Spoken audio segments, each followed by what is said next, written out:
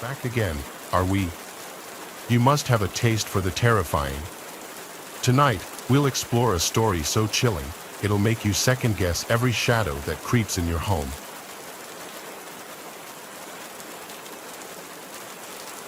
I've been a trucker for close to 15 years now. This happened to me in 2017. I was driving an overnight haul through the Mojave Desert in California, headed for a destination in Arizona. I think I was delivering appliances, but I don't really remember. It was pitch-black darkness in every direction. The headlights on my semi were really dim at the time, and I'd been putting off getting them fixed forever. Usually, I couldn't tell the difference, but since there were basically no other cars on the road, it was much more obvious. I remember having to strain my eyes every few minutes to make out the road in the distance. That could have been a horror story in and of itself. I was debating pulling over for a couple of hours and waiting for sunrise, but I didn't want to waste my time. I desperately needed the money at the time, so I kept driving even though it wasn't fully safe. I figured since it was basically a straight line, it would be okay. I think it was about an hour before sunrise when I saw something approaching fast in the distance. Worried about hitting an animal, I slammed on the brakes. As my truck screeched to a stop, I realized what was in front of me, a car with its hazards on. The weird thing was that it was in the exact middle of the road, literally on the double yellow. What was even weirder was that the passenger door was wide open. My truck stopped maybe a foot before hitting it. Not to toot my own horn, but I'm a pretty fearless guy, and I know my way around a bar fight. Because of this, I wasn't really scared when I saw the car. I was more curious than anything. I thought maybe someone needed a jump or something, so I reversed the semi and pulled over. I thought about throwing some flares down but decided against it since I hadn't seen a single other car on the road besides this one. I got out of my truck and made my way over to the car. It was a warm, still night. I remember thinking how strange it was that there was almost no wind. It was also really quiet that night. The faint click of the hazards was the only sound in what felt like the entire desert. I got a little closer to the car. I vividly remember that it was a new-looking red Ford Fusion. I approached the car a little cautiously. Like I said, the passenger door was wide open. I walked around the car and stopped in my tracks. It was completely empty. I made sure of it too, checking the back seat and anywhere someone might be lying down. There was literally no one inside. All of a sudden, I was much less sure about the situation. I was expecting someone to need help of some sort, maybe even someone who took a nap in a really dumb spot. I certainly wasn't expecting this, though. The car was literally empty. I cast a few glances over my shoulder, feeling a lot more uneasy now. I kept whipping my head around, looking in every direction. I felt like someone was going to charge me or something. The problem was it was so dark that I couldn't see that far in front of me except for what was lit up by my truck's headlights. It was eerie. I waited a while longer, thinking about getting back in my truck and forgetting about this whole thing. Someone was out there somewhere. Against my better judgment, I decided to keep investigating. I looked inside the car, but everything seemed completely normal. The key was even in the ignition, although the engine was turned off. I got back out of the car and made my way over to the trunk. Might as well have a look, I figured. I went to open it, but it wouldn't budge. Locked. I grabbed the key out of the ignition and unlocked the trunk. Still, though, the thing wouldn't budge. It was jammed from the inside somehow. I opened the back door and tried getting at the trunk through the back seat. To my surprise, it actually opened. There were 3 squished garbage bags back there, along with a rope that was tying the trunk closed.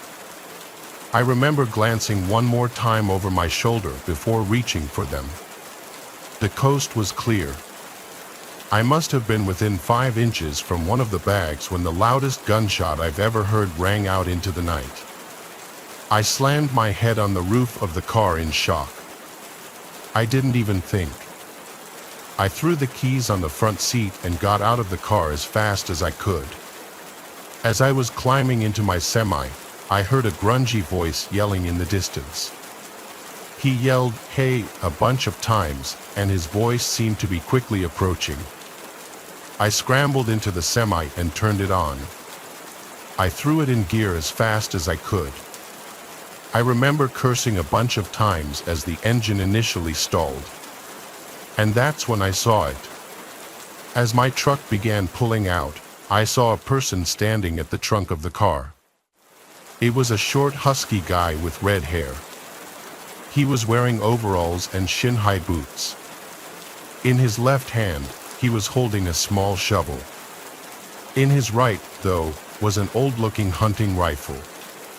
We locked eyes for a few seconds as my truck began to drive past him. He didn't move. I remember him not looking crazy or anything. He had this worried look on his face. As I passed him, he dropped his shovel and started waving his hands. He yelled, "Wait," a few times, but I wasn't staying there another second. As I drove away, I watched in the rearview mirror as he ran after my truck for a few seconds before sprinting back to his car.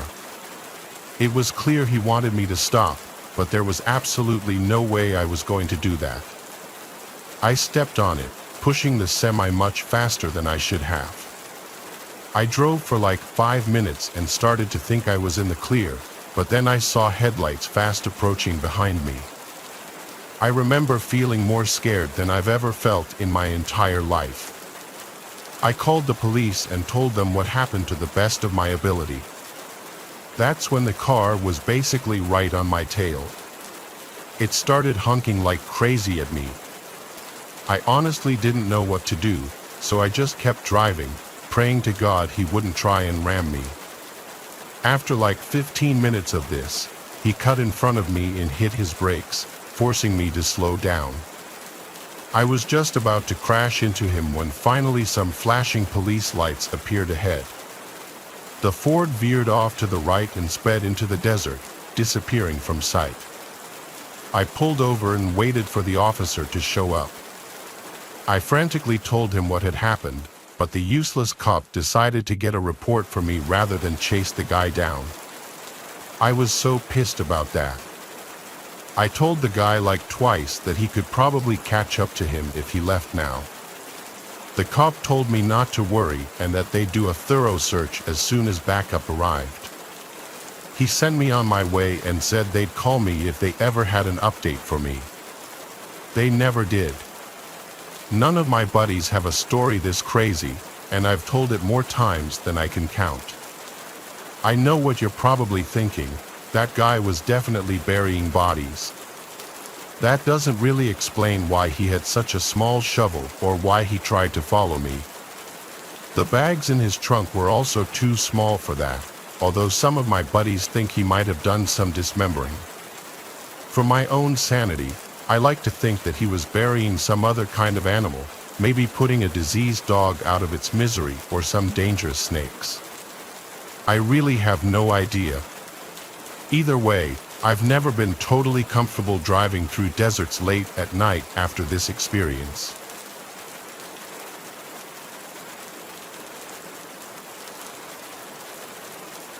I'm sure you've seen some of the more modern videos online where truckers document their daily routines and provide tips for each other.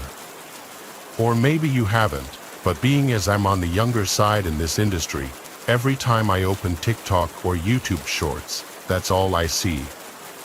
I won't get into it, but I had to drop out of a pretty prestigious university for some personal reasons, and people always tell me I could have been more than a trucker.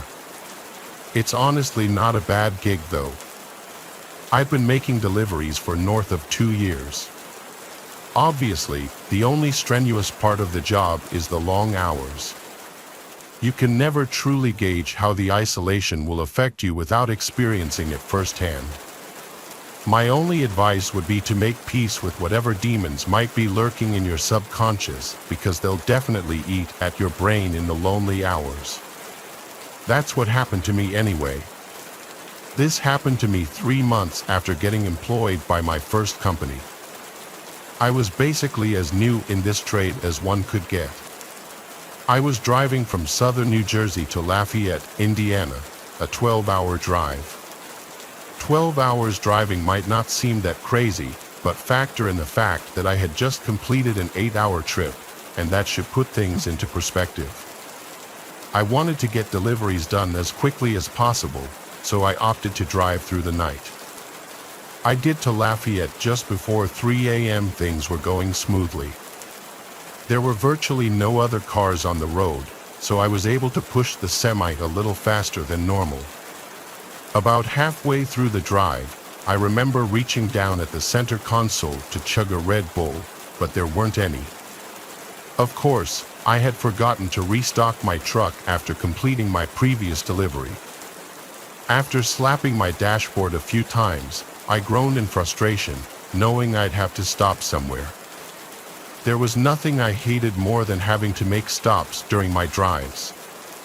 I might be unique in this, but I always get exponentially more tired when my vehicle is immobile, even if I'm only stopped for like 20 seconds. After glancing up at the navigation, I figured I had no choice, either fall asleep on the road or stop and get an energy drink. In my brain, those options were pretty much equivalent. Reluctantly, I pulled into the first service stop I saw. I had literally no clue where I was, probably somewhere in Ohio at this point. Too late, I realized this wasn't actually a service stop. It was what looked like an abandoned gas station and a repurposed convenience store. Not sure if there's any better way to describe it.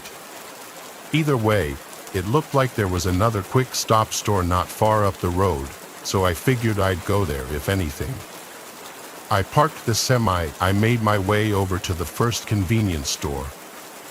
To be completely honest, I was expecting one of two things to happen. Either the place would be open, or the door would be locked.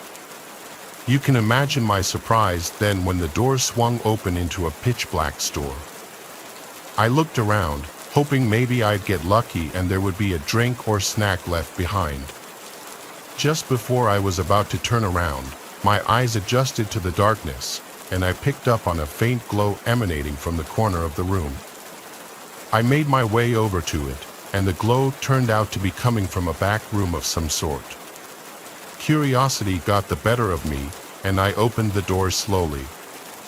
To my pleasant surprise, there was a plugged-in refrigerator against the wall. Eagerly, I opened the door but found nothing. Literally nothing. The shelves had been removed, the whole appliance had been gutted. As I was shutting the door, I was 90% certain I heard a clatter from the main room, like something hitting the floor. I froze for a good 10 seconds. Had I imagined it? There was no way. Quietly, I walked back into the main room and looked around. Nothing. Part of me wanted to keep investigating, but I didn't have time for this. I walked out the entrance door and basically jogged to the other shop. It was open, thank God. I paid for my drink and made it back to my truck. Something about this whole stop felt wrong. I needed to get back on the road as soon as possible. I took one last glance at the abandoned store and noticed the door was now open. I was 100% positive I had shut it behind me. It wasn't my job to figure out what was going on here, so I started the engine and merged my semi back onto the highway. The caffeine started kicking in and snapped me out of my tired haze pretty quickly. My mind began to wander, and I started thinking about how bizarre that whole thing had actually been. I guess a squatter or an abandoned building wasn't the strangest thing in the world, but my brain couldn't explain that refrigerator, no matter what theory I thought of. I tried to forget about it and kept driving. It was then that I started noticing weird movements in the curtain behind me. Sweat started dripping down my forehead. I watched in the rearview mirror as the curtain seemed to billow and move, even though I didn't have the air on. I thought the worst: there was someone in my truck. I didn't have any weapons on me or anything, so I discreetly punched in the nearest police station on my phone. The drive there was the most tense and horrifying 20 minutes of my life. I kept imagining that person reaching out to grab me or trying to crash my truck. Finally, I approached the police station. I stopped the semi as close as I possibly could get and basically ran over to the police station. In seconds, my truck was surrounded by police, and after I opened the back, what I saw will stay with me for life. The police pulled out 3 homeless-looking people, 2 men and 1 woman. They were wearing rags and were wrapped in nasty-looking blankets. One of the men was armed with 2 switchblades. All 3 of them refused to talk but stared menacingly at me as they were getting cuffed. I have no idea what they wanted. I don't think I'll ever know.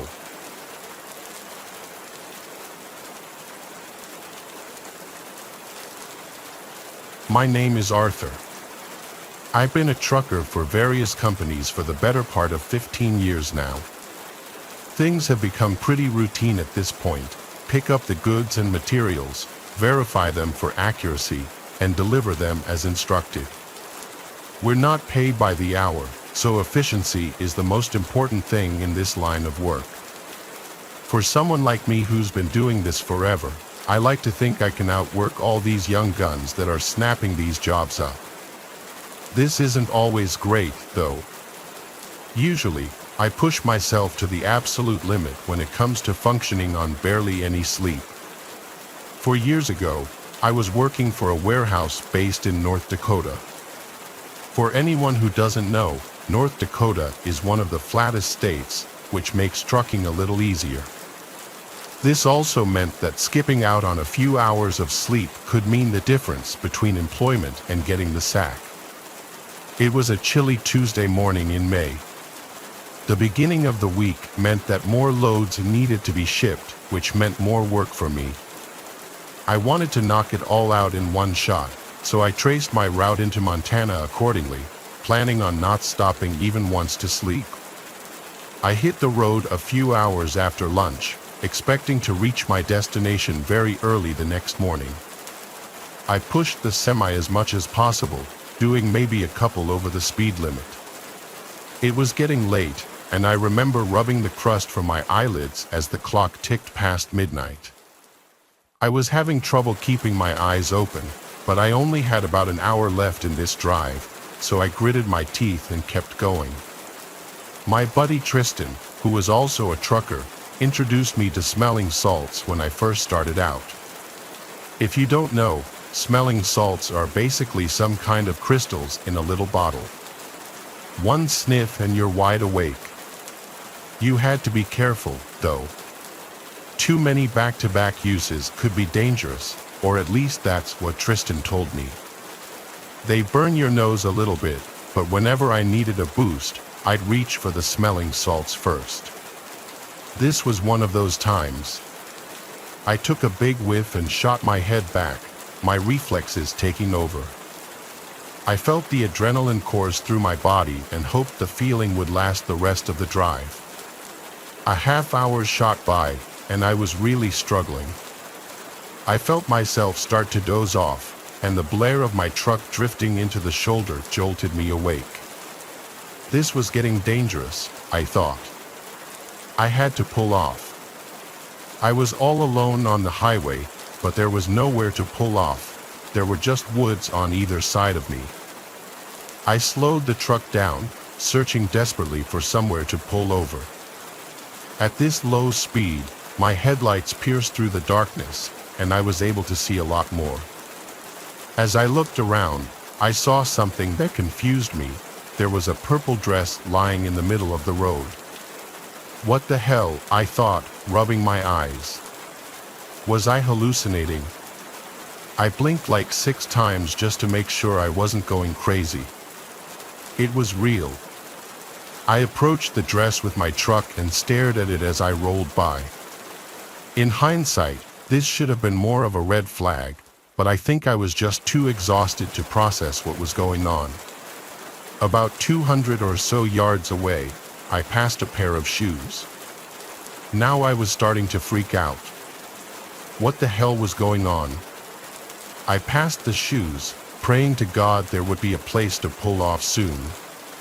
My old man Finn was a super religious guy, so I clutched his old cross and hoped he would come through for me.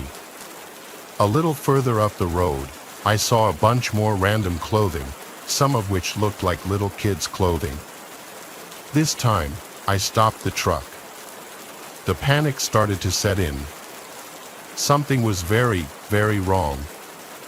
I sat in the driver's seat with the truck at a standstill. I was expecting something to happen, but it never did. So I did what my instincts told me to do. I stepped out of the truck and went to inspect the clothing. I still remember the feeling of the chilly morning air piercing my skin, which definitely helped my exhaustion. I approached the pile as cautiously as I could. It was indeed kids' clothing.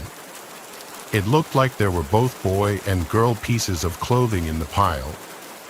I looked around into the woods, but I couldn't see much of anything in the darkness. I had my head on a swivel, worried that this was some kind of trap. I decided it was not my business to figure out what was going on, so I made my way back to my truck. Just then, I heard a crunch from the left. I whipped around, trying to see what was there. I stood there, waiting to hear another sound.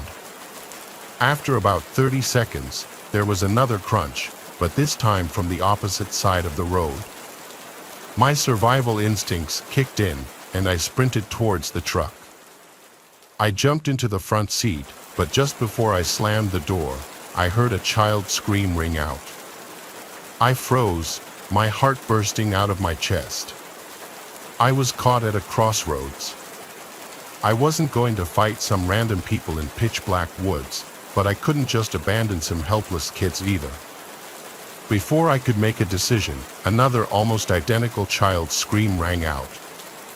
Without thinking, I turned the truck on and pointed its nose toward the spot in the woods where I heard the noise. My headlights lit up about 30 yards into the woods. There were 3 or 4 people, one of whom was holding a massive speaker.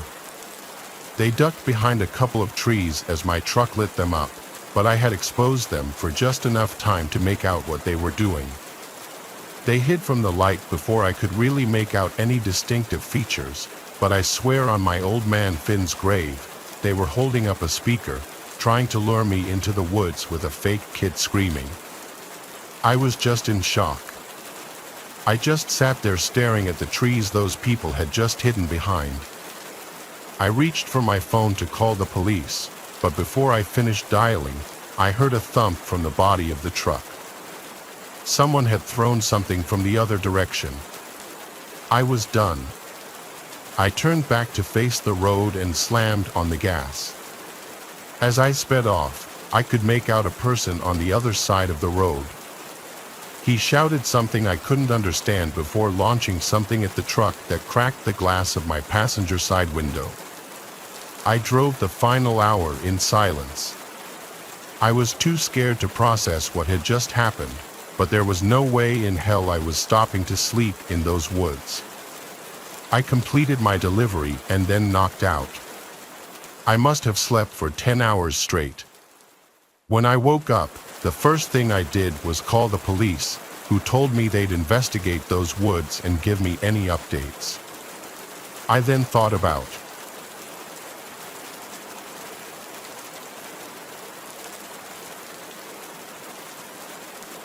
7 years ago, on my way home from my parents' house, I experienced something truly terrifying. I was 22, young, naive, and well, dumb. I had just moved into my first apartment, becoming the first in my family to leave our sleepy old train town. I visited home every Sunday to see my family, do laundry, and enjoy Sunday dinner. I lived about 45 minutes up the highway, so I generally headed home by 6 p.m. On this particular night, there was a relentless summer thunderstorm that had been pouring down rain all day. Just as I was packing up to leave after dinner, my cousins dropped in, so I ended up sticking around for a few more hours to visit. I left my mom's around 10 p.m. in the pouring rain. This was the first time after moving out that I encountered something that truly scared me. I never told anyone about this, possibly out of pride. Everyone always gave me trouble about living alone as a single female in a new area. Anyway, here it goes. I left my parents' house around 10 p.m. in the pouring rain. I'm driving down the service road that leads out of town and eventually turns into the on-ramp to the highway. As you leave town, the service road turns into one lane right in front of a quarry train loading station. I'm not really clear on what that place is, but it always gave me the creeps. If you're unfortunate enough to pass through when a train is crossing the road to load, you'll be stuck there for a while. Once the road passes the tracks, it turns back into two lanes and goes up a steep hill. As I'm approaching the quarry, I can make out the orange lights on a red cab 18-wheeler sitting in the quarry parking lot. Mind you, it's pouring rain, visibility is low, so I can't make out the trucker until I'm pretty close to him. As soon as I can see it's a trucker, he pulls out into the road. I had to slam on my brakes to avoid hitting the trailer on the back of the truck. I skid around on the road until I regained control of the car. Now I'm stuck behind this dummy who just pulled out without paying attention. I keep my distance because I'm flustered. For the record, my headlights were on, so if he had been paying attention, he should have seen me. Honestly, with the heavy rain and low visibility, who knows? So, I'm behind this guy as we cross the tracks and begin to climb the steep hill. Despite it turning into two lanes on the hill, he's driving right up the middle of the two lanes. Figuring he didn't realize it was two lanes, I just putter along behind him, keeping my distance. As soon as he reaches the peak of the hill and the road levels out, he moves over to the right lane. Yes, finally. So, I move over and begin to pass him. As soon as I get past the front of the truck, he swerves behind me quite abruptly and begins flashing his high beams at me. Usually, when someone flashes their lights behind you in our area, it means turn on your lights, but mine were already on. I checked as soon as he started flashing at me. Weirded out, I put my blinker on and safely change lanes to get out of his way. He follows my lane change and begins laying on his horn. The honking startled me, and I began to get a lot more flustered. What the hell did this guy want? I moved out of his way and my headlights were on. Why didn't I just speed up and zip away, you may be asking. Well, I grew up in this area.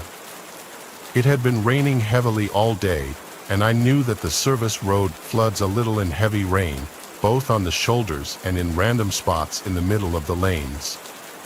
It's a small Midwestern town, our roads are shitty.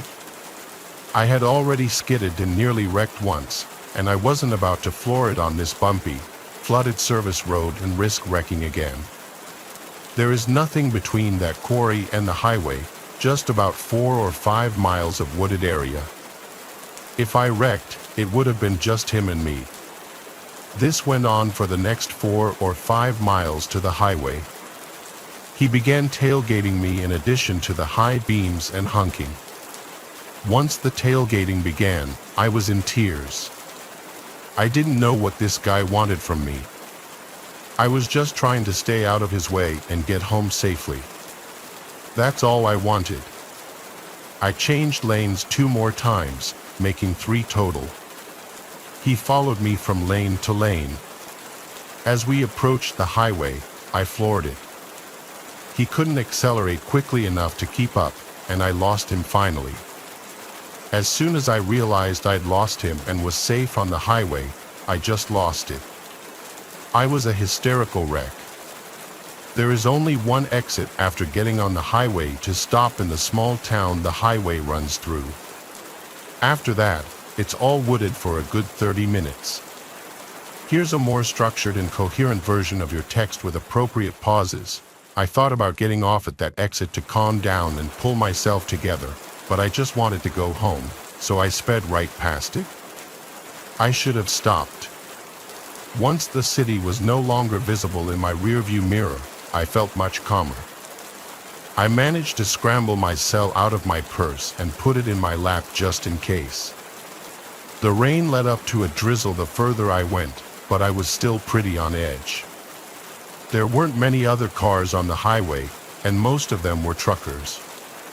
I'm cruising along in the center lane when the truck next to me in the passing lane begins blaring the horn and moves into my lane, forcing me over to the third lane. He continued moving over, nearly forcing me off the highway. I sped up and changed lanes right in front of him so that I'm back in the center lane. I slowed down until I was in line with the front cab.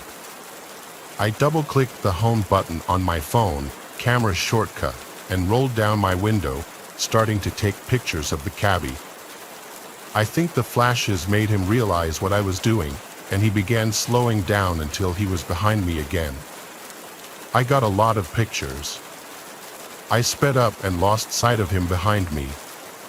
I was satisfied I managed to get pictures, but I was so angry at this point. I pulled over onto the shoulder of the highway and waited for him. I just wanted to get behind him so I could get a picture of the license plate and report this. Sadly, he was on to me for sure. I noticed headlights behind me a long way back, but behind me nonetheless, on the shoulder of the highway. I waited, keeping an eye on the truckers passing me by, just to be sure I didn't miss him.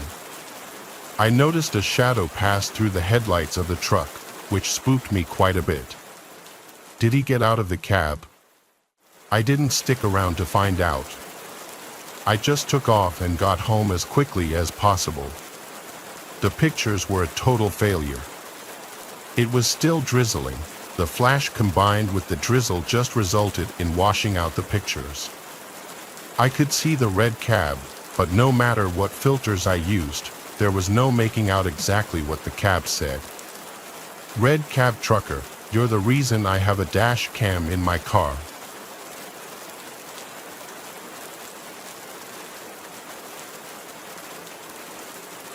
We were hitchhiking through Europe, my then boyfriend and I, and on our way back home, a truck driver picked us up. We had had a few weird encounters on our trip before, but we had been on the road for about a month, and nothing really scary happened until we met this guy. He was a young guy, about 25, quite regular, spoke English okay, and had been away from home for a long time. I was a bit younger, with my boyfriend being around his age. My boyfriend was tired, so he took a seat on the bed in the truck and wasn't really trying to hold a conversation. During our trip, we switched turns as I usually do when I hitchhike with someone. One person talks with the driver, and the other relaxes in the back, so I was in the passenger seat. I think my boyfriend was even dozing off a little bit when the driver started complimenting me and asking about my boyfriend. It was still fine, nothing too weird, and I was just trying to talk to be good company.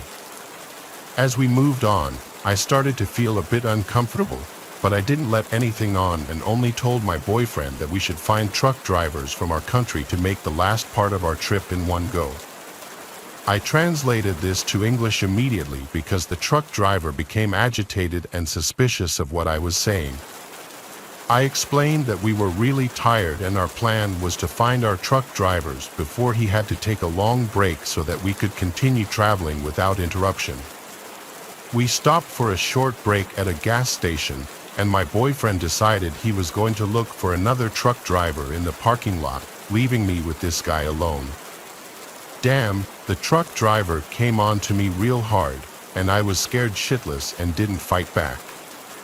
I could feel how aroused he was, and there was no doubt about his intentions.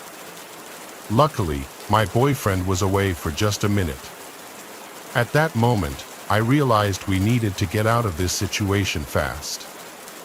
I didn't want to say anything to my boyfriend because I was scared of how he would react, so I decided to pretend nothing had happened. I was determined to get out at the next stop. We reached a large gas station for truck drivers only and told our driver we were going to look for other drivers heading our way. During our trip to this station, this guy got in touch with another driver, saying he could also take us, maybe one at a time. Damn, I thought, now he's planning a threesome.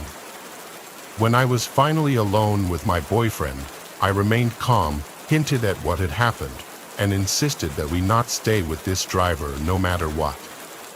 It took us about 5 minutes to find a group of truck drivers from our country. They were having beers and cracking jokes, and 2 of them agreed to take us. I jumped with joy. We went back to the truck to get our things. The guy had already brought his friend along and was offering my boyfriend to take a shower at the gas station, saying he would pay for him for no obvious reason. He was quite persistent, and as I very well remember, he never offered it to me. Needless to say, these 2 guys were very disappointed to see us go. I still remember how they were looking at me when I was taking our backpacks from the truck. I have never told my ex-boyfriend the details. I was just lucky that we got away from that truck driver, and I think he has never realized how bad the situation was. At that time, I was playing it cool the whole time, but inside, I was shaking. I could see how desperate that truck driver was and how much he wanted to get rid of my boyfriend. I was so angry at myself for staying with him in the truck by myself, but then all of our things were there. I was also angry for not fighting him back, but it was so sudden, and I got really scared.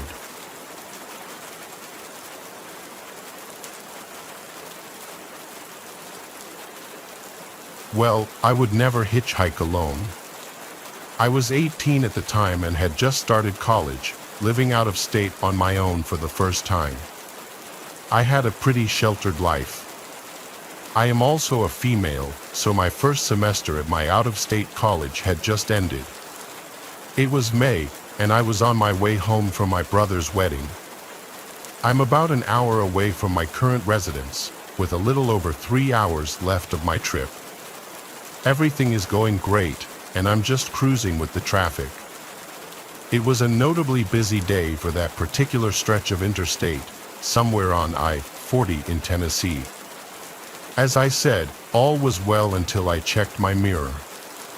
There was a truck a little farther back from the side of my car in the lane next to me.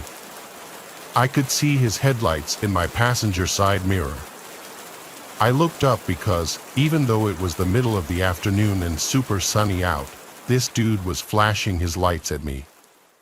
I tried to brush it off and assumed he just wanted to get into my lane, so I tried moving. He stayed behind me the whole time, not letting any other cars get between us. He kept flashing his lights at me, and I looked up at him.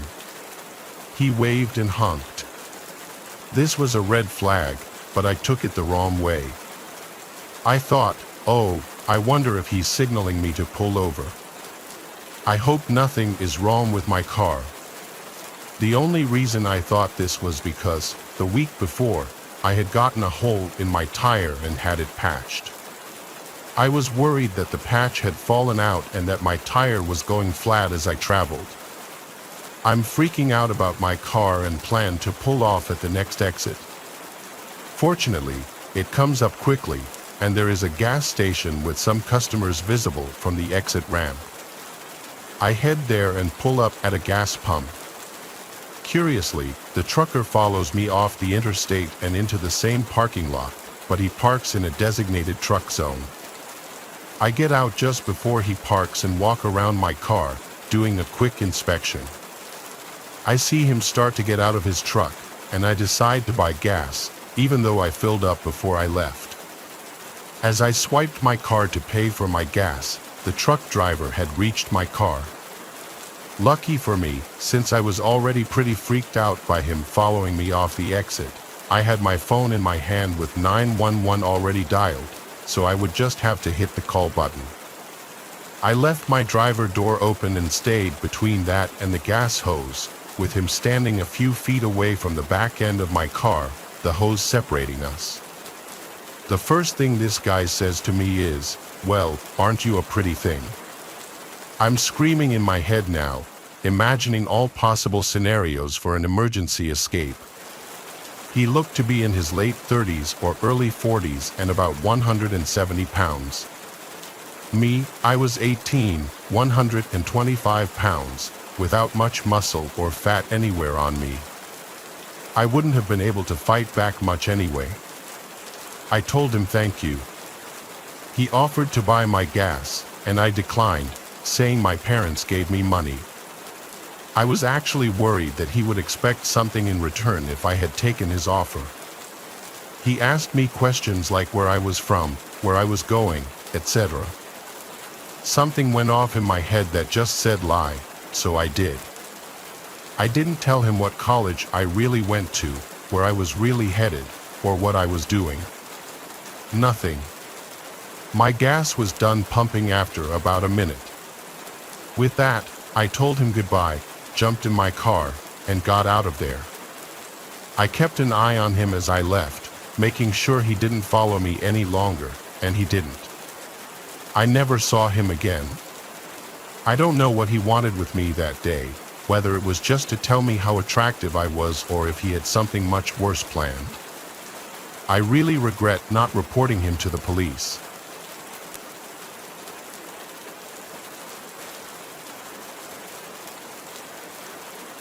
Since this incident, I've always been leery of truck drivers. Back in 2013, I had just started an education, and after the first school period, I had to find an internship to progress. At the time, it proved almost impossible to get one, so while I was looking, I decided to take another job just to ensure we had food on the table. After searching for a while, I found out a friend of my fiance's family had his own handicap bus company, a kind of taxi service for wheelchair users or otherwise disabled people, and he needed someone to cover the night shift since it was a bus that had to be on call at least 22 hours a day. Seeing that I'm quite the owl, I immediately told him that I'd be happy to take the job, and after I got the needed license, I was hired. The job was pretty basic: pick up and drop them off where they needed to go, and sometimes use a machine to get wheelchairs up or down some stairs.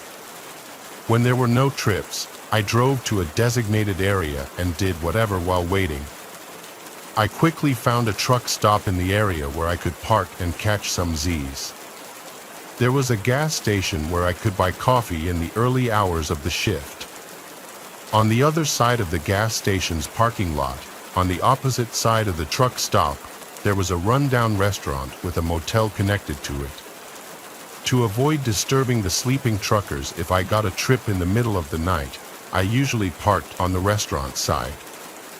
After parking there every night for a while, I noticed one particular room had a lot of people coming and going.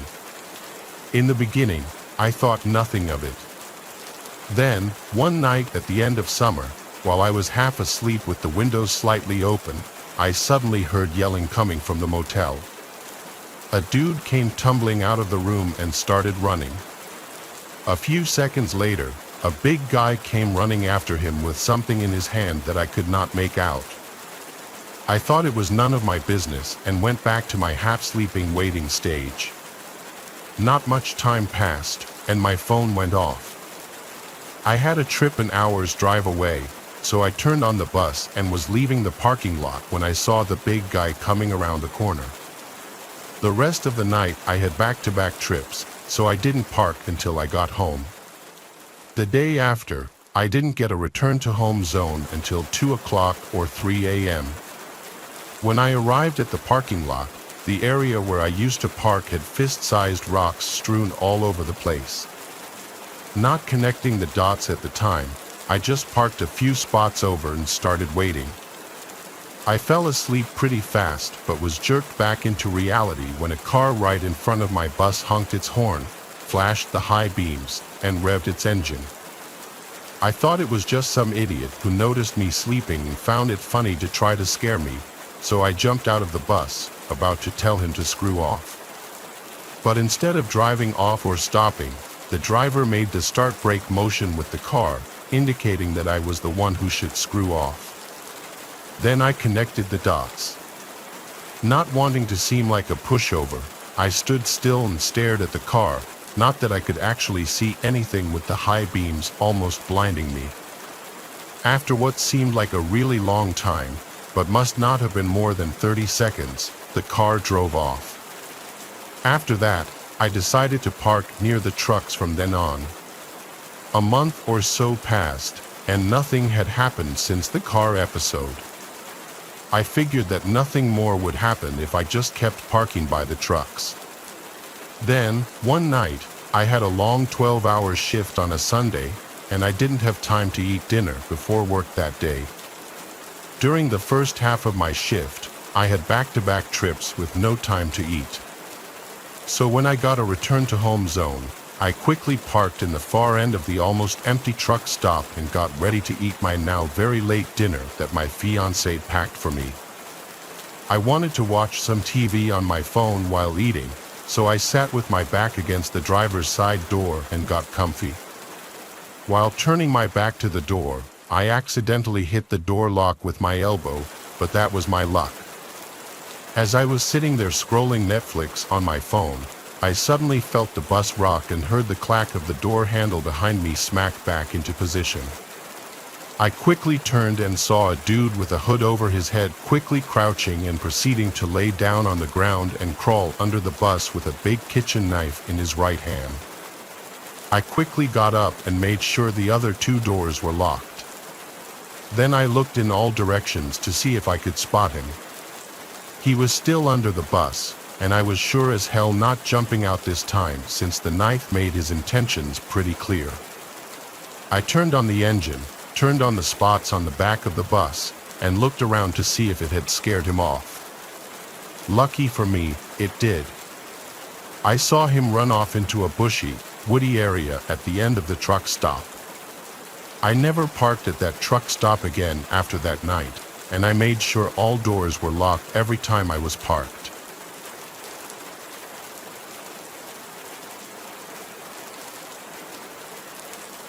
This happened when my now husband and I were moving from the east to the west coast of the US. This had been our second time making this trip, and this one was just to pick up a few last things and grab our two dogs. At this point, we were just trying to make good time since we were tired of being on the road and would only stop for food and restroom breaks. So we weren't strangers to rest stops at odd hours of the day. I can't remember what state this happened in because we do a lot of traveling, and rest stops have all blurred together over the years. Anyways, my husband had been driving for a while, and it was time to switch off, walk the dogs, and stretch our legs. So we pulled into a rest stop around 3 o'clock or 4 a.m.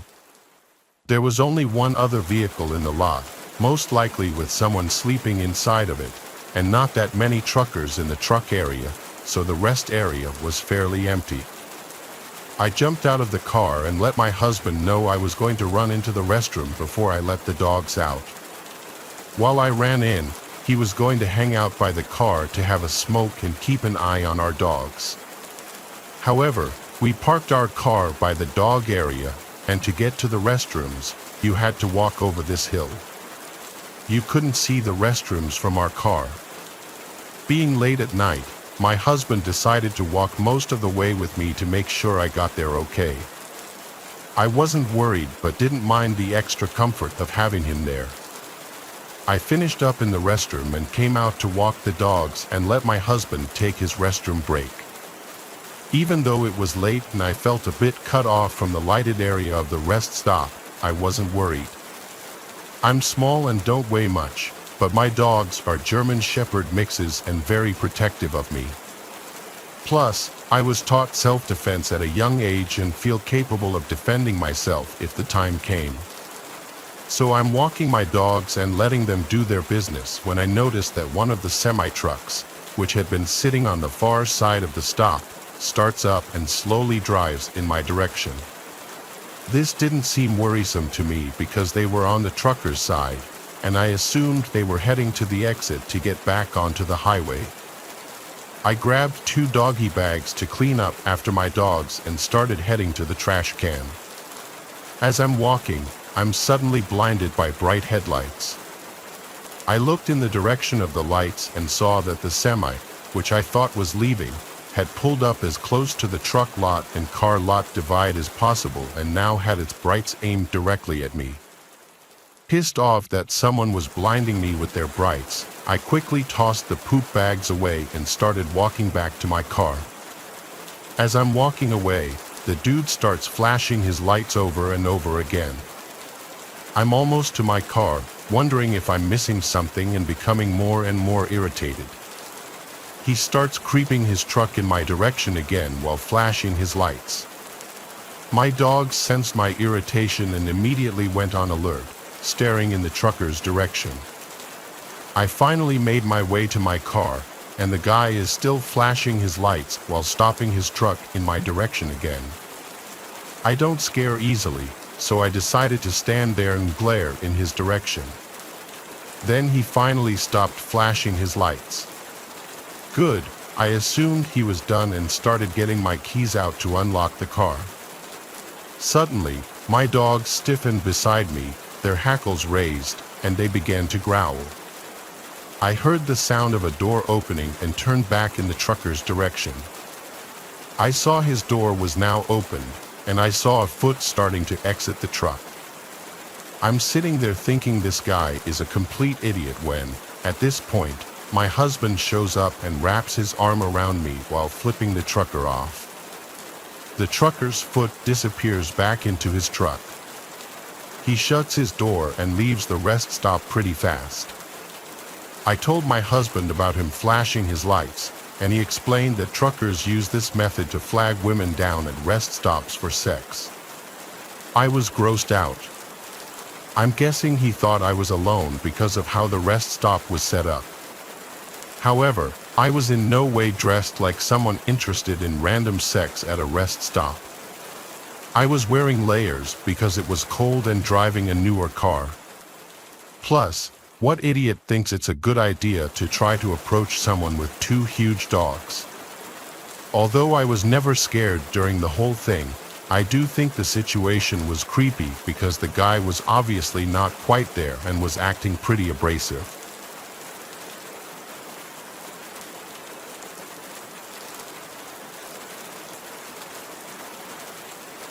A few months ago, I was driving back to school from visiting my parents. It's about a 2-hour drive, so I usually keep myself entertained with music. I'm a 5 feet 3 inches, 21-year-old female driving my dad's little old pickup truck alone in the leftmost lane of a 3-lane highway, dorking around to the music on the radio. Suddenly, I noticed a semi-truck going the exact same speed as me in the rightmost lane. Embarrassed for getting caught in dork mode, I stopped singing and tried to speed up so he couldn't see me anymore. He matched my speed, which ticked me off a little bit, so I looked at the driver, expecting to see some angry jerk. To my surprise, he was smiling and waving. Thrown off, I kind of chuckled and waved back. Big mistake.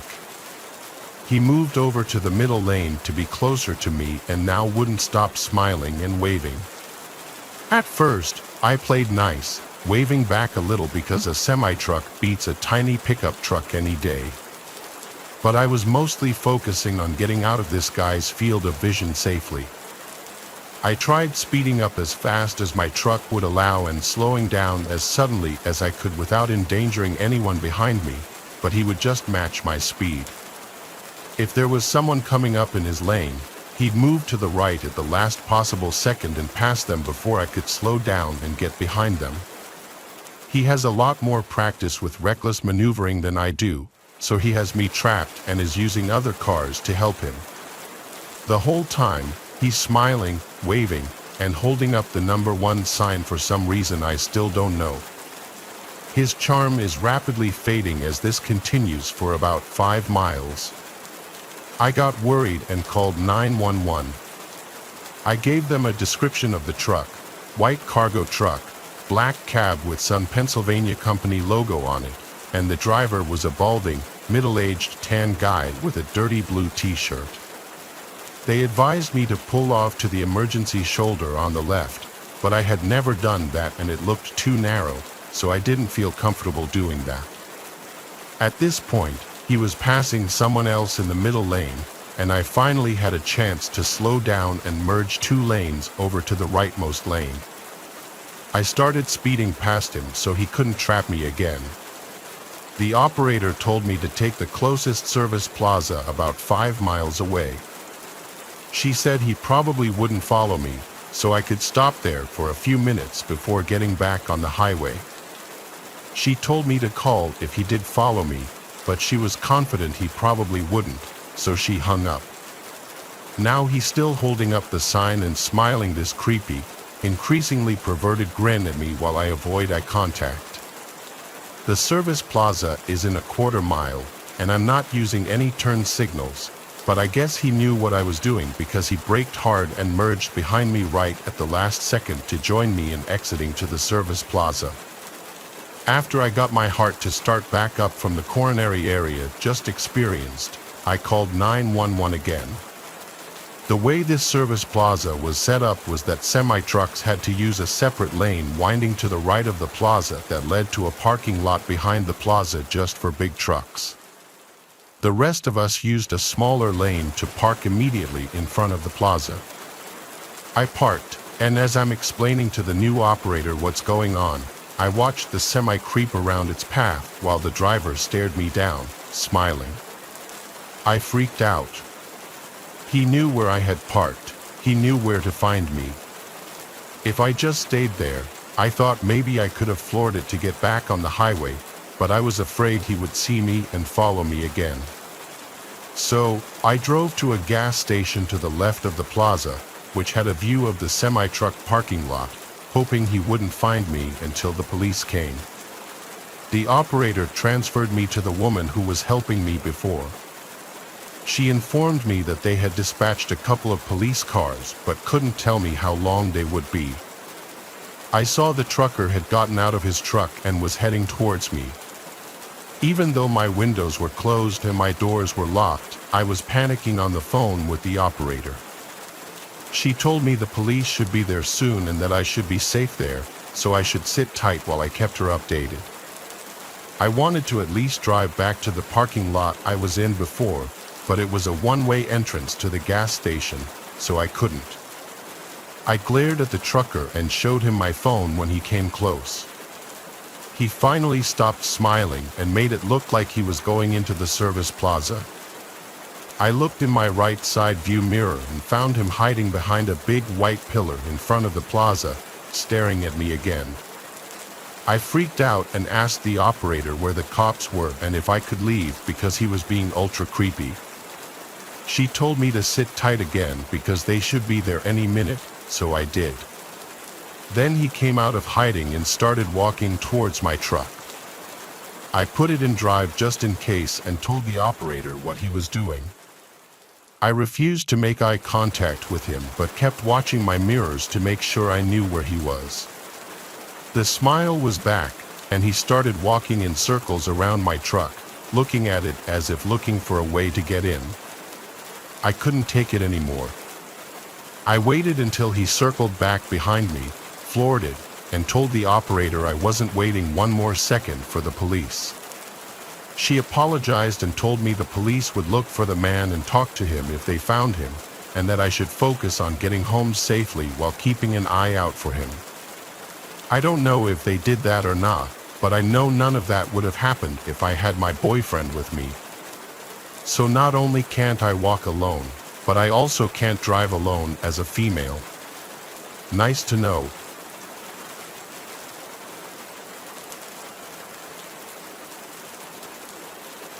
I've worked in manual labor my entire life, but I took a gig hauling trucks for a few years in the early 2000s.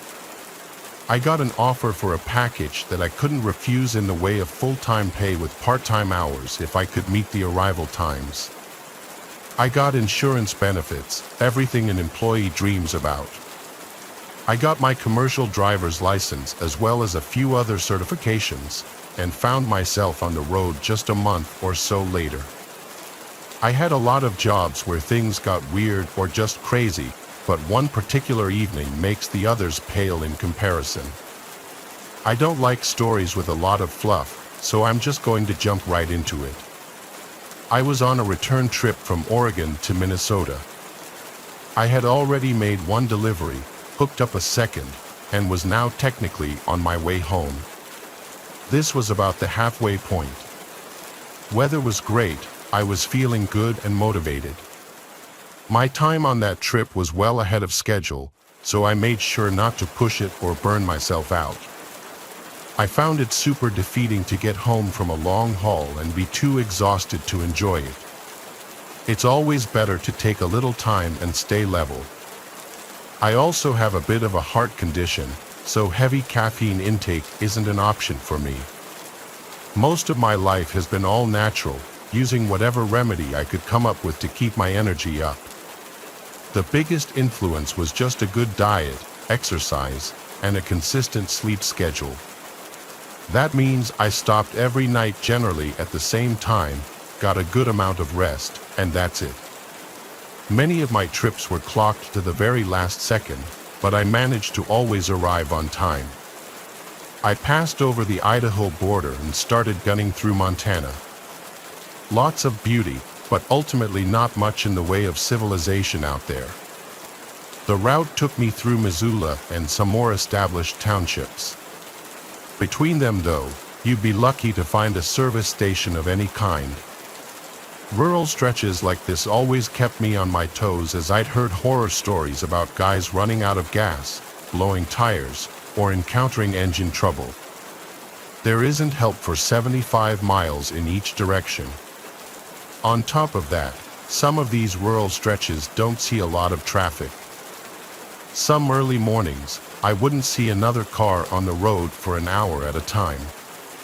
I had my eyes set on a trucking station out in the middle of nowhere between Bozeman and Livingston. I'd roll through Bozeman around dinner time, grab a quick bite to eat, then push on towards the station. I'd let my food settle and digest a bit. After an hour of driving, I'd hit my target, pull over, and be totally ready for bed. I liked routine, structure, and having a plan. That night, everything was supposed to be simple. At first, it was. My plan was going smoothly.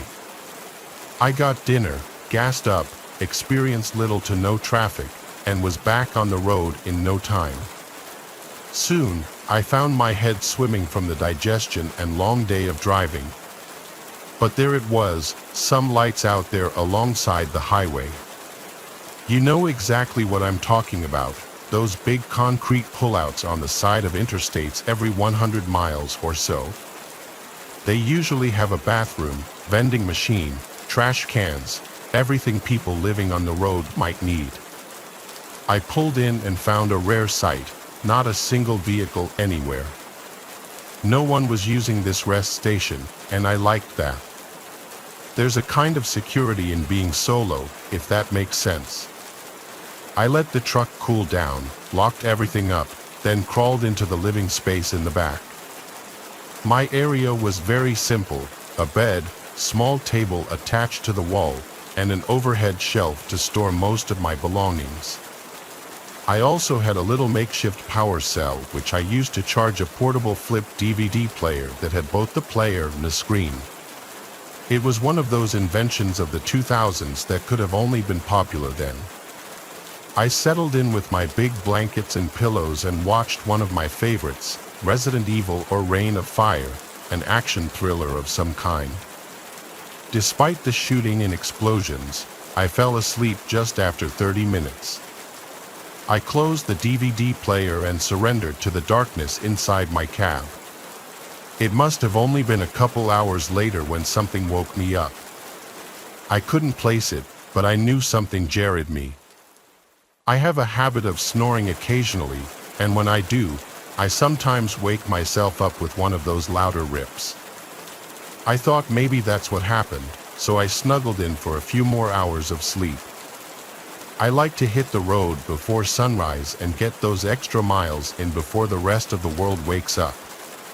Just as I closed my eyes though, I heard it, the sound that woke me up. It wasn't a snore like I thought, but the abruptness of a cough.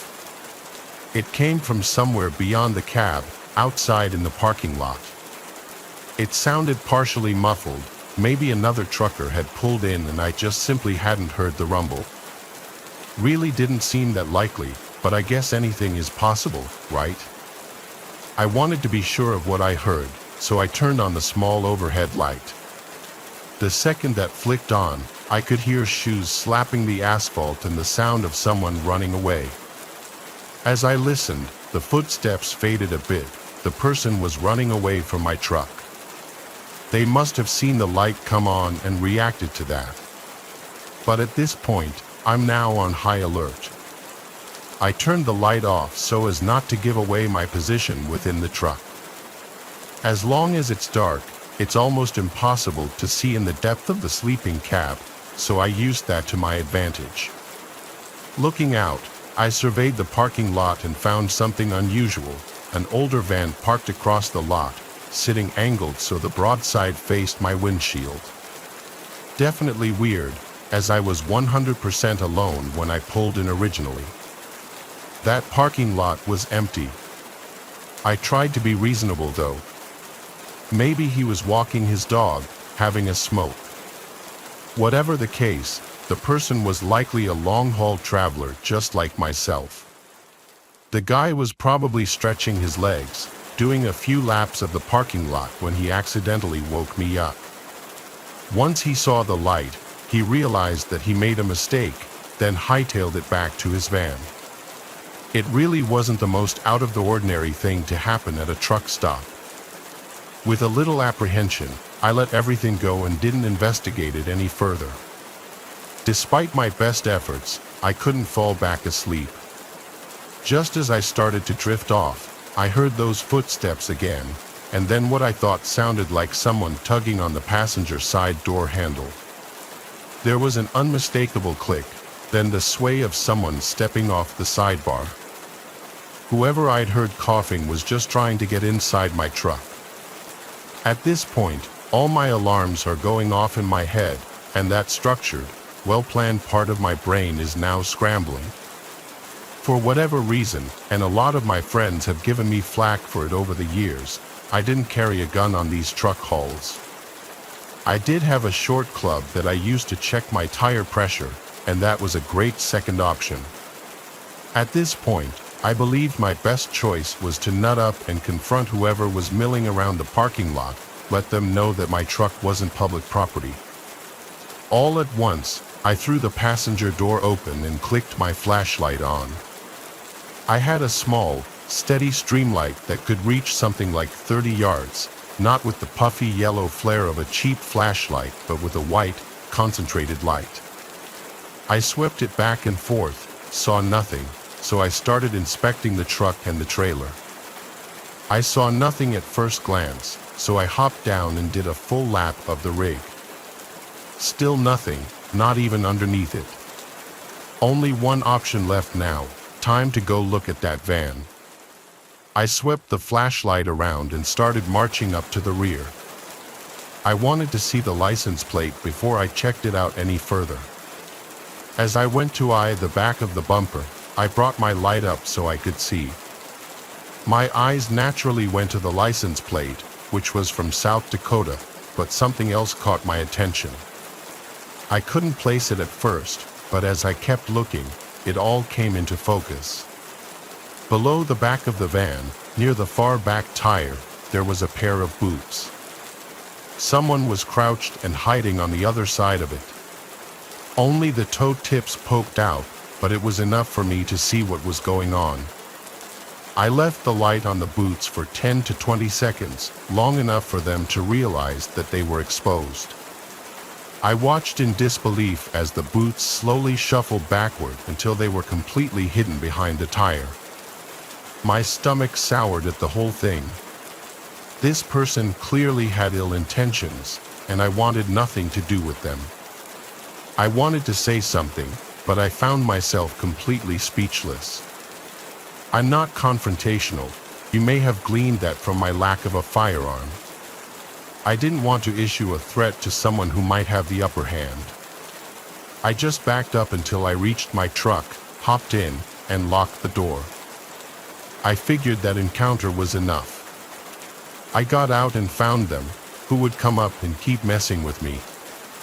We both knew what was going on at this point, so the mystery was completely over.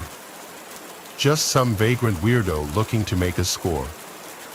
Now that he knew the truck wasn't abandoned, I hoped that he would just move on. I sat for 45 minutes, and that van never moved. I didn't see anything move, no person, no door opening or closing.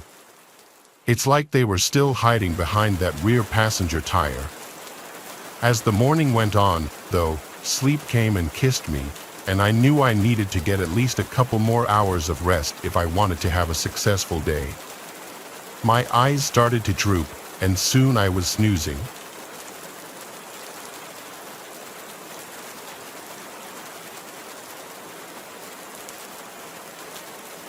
The sound that woke me this time was clear, loud, and right outside the door. It was the sound of a man clearing his throat, the sound someone makes when they want your attention. My eyes shot up, and I moved to the glass, and there, just peeking over the lip of the door, I can see someone looking into my cab. I freeze, hoping they can't see me, but it doesn't matter. This guy's eyes are rolling back and forth, taking it all in, looking for whoever is inside. He looks crazy, like he'd given himself a haircut with a butter knife. Some of it was shaved, some of it was long, and I could see nicks along his scalp. I think his eyebrows were shaved off too, but it was hard to tell in the moonlight. I could literally feel this guy pulling on the door handle, making the entire truck move. I did the only thing that I could think of, shout as loud as I could. "What do you want?" I hollered at the glass, still motionless in the back of the cab. This is also a censored conversation, as I remember swearing in literally every sentence that I spoke to this guy. He said, "It's me." "Who?" I asked. Okay, maybe this was a case of a mix-up. I sat up and reached for the club on the floor. "It's Henry, come on," he pleaded. "I don't know you. I'm not from here. Now please just get away from my truck," I explained to him. The conversation devolved from that point forward. Playing hard to get. I like it. "Let's do something different," he said. This guy went on at length about what he wanted to do to me. None of it involved violence at all. Everything this guy said was sexual from start to finish.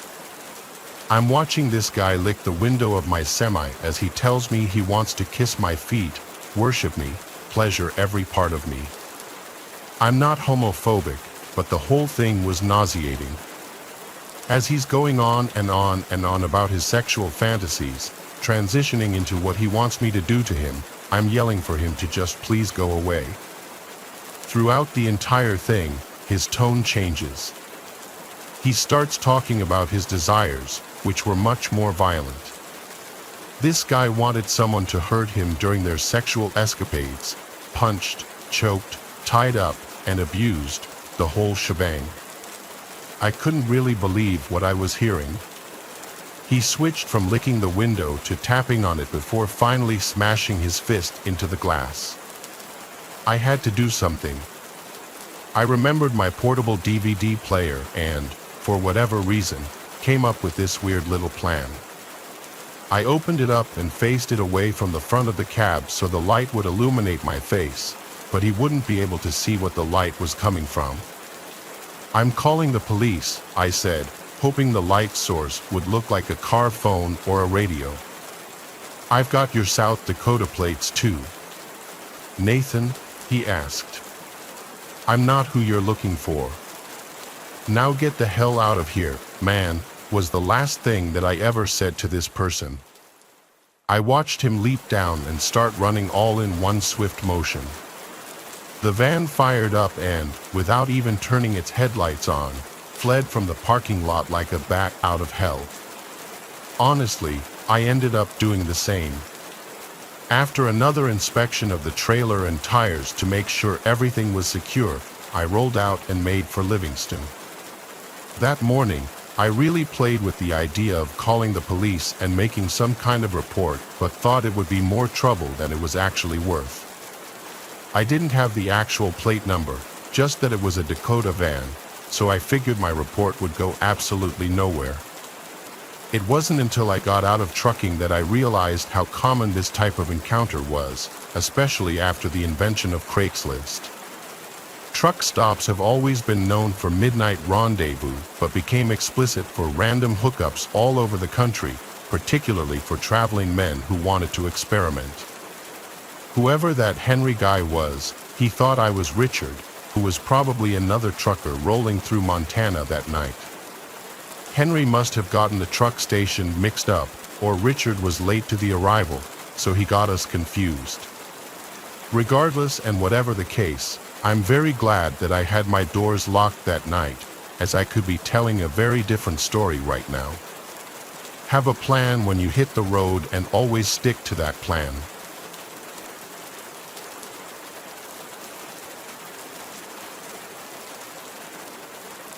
This is the story of my freshman year in college. I went to a smaller university. There were only a few thousand students that attended it, so the campus wasn't very large. But I liked that about this place. However, my first year I had to live in the dorms to save a little bit of money and maybe make a friend. I chose to have a random roommate. This decision backfired. I didn't know anybody at the college when I got there, and the first person that I met was the roommate. He told me that his name was Dermot.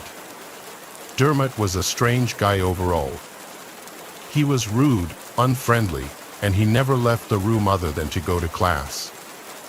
He was not at all the type of person that I would normally hang out with, and by the second week, I had given up all hope of being friends with him. I had a TV and a PS4 that I brought with me to school, and Dermot said that I could never use it because it bothered him. He also demanded that all lights be off after dark. I tried to reason with him once, but he threatened to report me to the dean of students. I wasn't scared by the threat. I didn't really think they would do anything. But I would rather just try to get along with my roommate instead. I would do my studying in class buildings around campus. I made other friends at college pretty quickly, and when I was talking with them about Dermot one day, they suggested that I get a new room. I hadn't even realized this was an option until they told me, so I put in a request to get my own solo dorm room. I was told that when one came available, they would contact me. About 2 weeks later, so now about a month and a half into the school year, I was contacted. I was told that I could move into a different dorm building that was across the street. This building was a little bit newer and nicer. It had a room that was available, and I accepted it. I decided not to even tell Dermot. I didn't know if he would be happy or sad about it, but I didn't want him thinking that I hated him or something. So one day, when Dermot was gone at his classes at a time that I didn't have class, I packed up all my stuff and just left without saying a word. My entire half of the room was now gone. I moved into my new building and got my new room. It was so nice to finally have a place all to myself. I could watch TV, play PlayStation, and not have any complaints. I could even have my friends over to hang out. However, I did want to be careful not to see my old roommate Dermot. Like I said, it was a small campus, so there was a chance that we would cross paths. If we did, I didn't want him to ask me why I left or something. I was careful to avoid him, and I didn't see him at all for a couple of days. As for my new room, at first it was great, but on probably the second or third night that I was there, something happened. I was playing video games late at night, and I heard somebody try to open my door. It was locked, so it didn't open. After a few seconds, I got up to look out of my peephole. When I was walking towards the door, I heard somebody knock on it. There weren't even that many people that knew I lived here yet, so I found this to be really strange. When I got to the door, I saw Dermot standing there. I did not want to answer it, and I quietly moved away from the door. He knocked one more time, and I didn't answer that either. I was really creeped out. I mean, how did he even know that I lived here? I didn't tell him, and I wasn't friends with him on Snapchat or anything where he could see my location. This was really strange. I went back and looked like 15 minutes later, and he was finally gone. I didn't know why he came here. There was no reason that I could think of. Well, the next morning I got up and had to go to class. When I left my room, I walked down a couple of hallways to get to the front of the building. In one of the hallways was a sort of lounge study area. When I was approaching it, I saw Dermot sitting in one of the chairs there. I couldn't believe that he was in my dorm building. He didn't live here. I didn't know what he was doing. I turned around and left out of another exit. I thought maybe he was following me. It was really, really strange. Later on in that same day, I was walking on campus, and I happened to notice him again. There were a lot of other people walking around, and I saw him a ways behind me. I walked back to my dorm building, and he seemed to almost follow me there. He wasn't walking close enough to follow me inside or anything, but I was very suspicious when I noticed. I got back in my building and was wondering what this guy's problem was. Well, that same night he was back at my room once more. I was up late, and he tried entering. It was locked like always, and he then knocked on the door.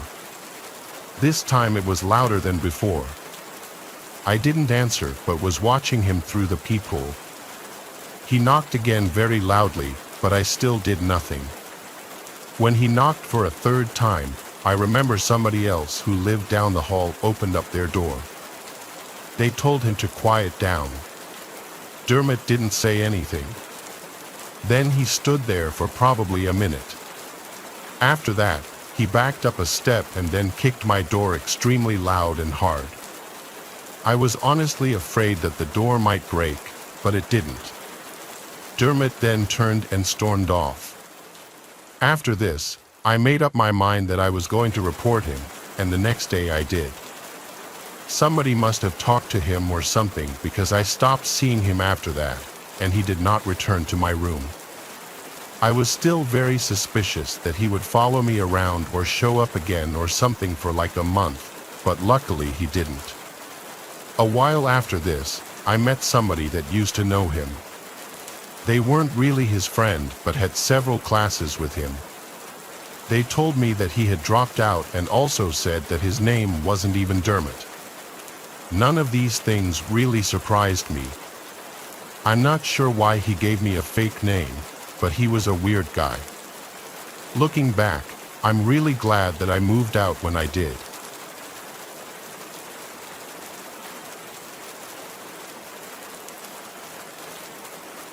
Back when I got my first adult job after college, I moved into a smaller house with a roommate. The roommate was a girl that I went to high school with, and her and I were in the same grade. However, we weren't really friends. We both knew of each other but didn't have the same friend groups. I didn't know much about her, but somehow after college, we found ourselves living in the same city. We had been friends on Facebook or something, and because we both lived there and didn't know anybody else, we decided to try to become friends and live together. We were both female, the same age, and figured that it would work out, but I was wrong about that. At first, she seemed cool. I honestly forgot where she worked, but she had pretty normal hours like I did. Our bedrooms were the only two in the house and next to each other in the hallway. We were not best buddies or anything, but we got along good at first.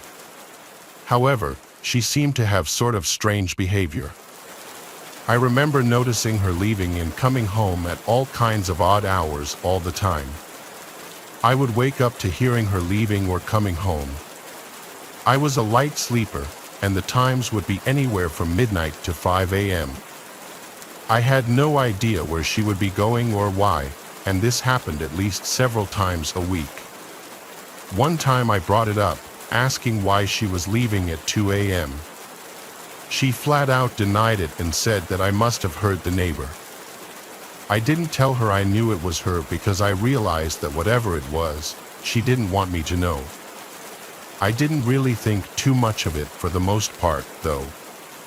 But one night, several months into living there, I was out late. I was with some other friends, and I got back home at probably almost midnight. After arriving back at the house, I went inside, and all of the lights were off.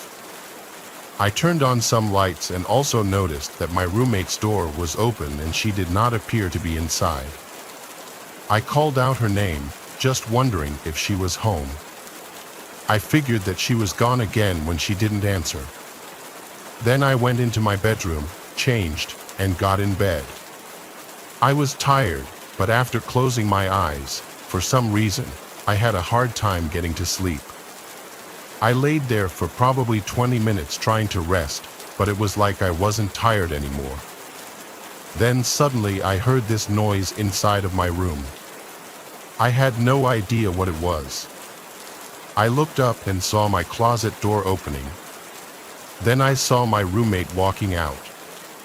It was really dark in there, but I could clearly tell that it was her.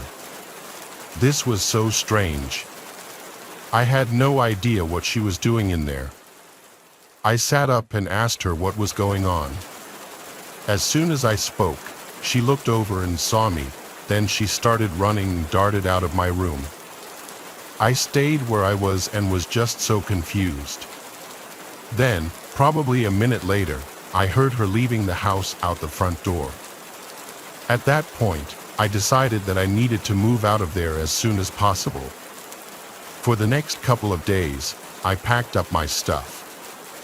I don't know where my roommate was during this time, but she was never there when I was. She must have only been back when I was at work. Then I moved out. After that, I haven't spoken to her since.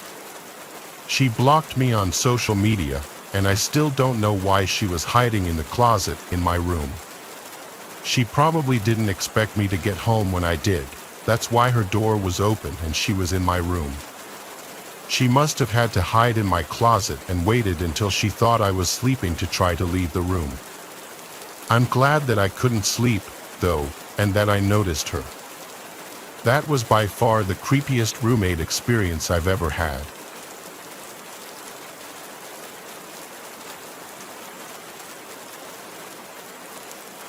Three years ago, when I was broke, I moved to a new city for a job.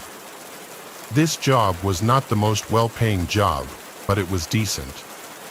Because I had no money going into it, I had to find a cheap place to live. I ended up going on Craigslist and finding a roommate there. I know that sounds sketchy, and the truth is that it is sketchy because the guy that I was roommates with was weird. At first, he seemed normal enough, but I never actually met him in person until I moved into the apartment. We had a 2-bedroom place right outside of the city. My roommate's name was Bellamy, and he was thin, had longer hair, and was about my age. The apartment that we got was not very nice.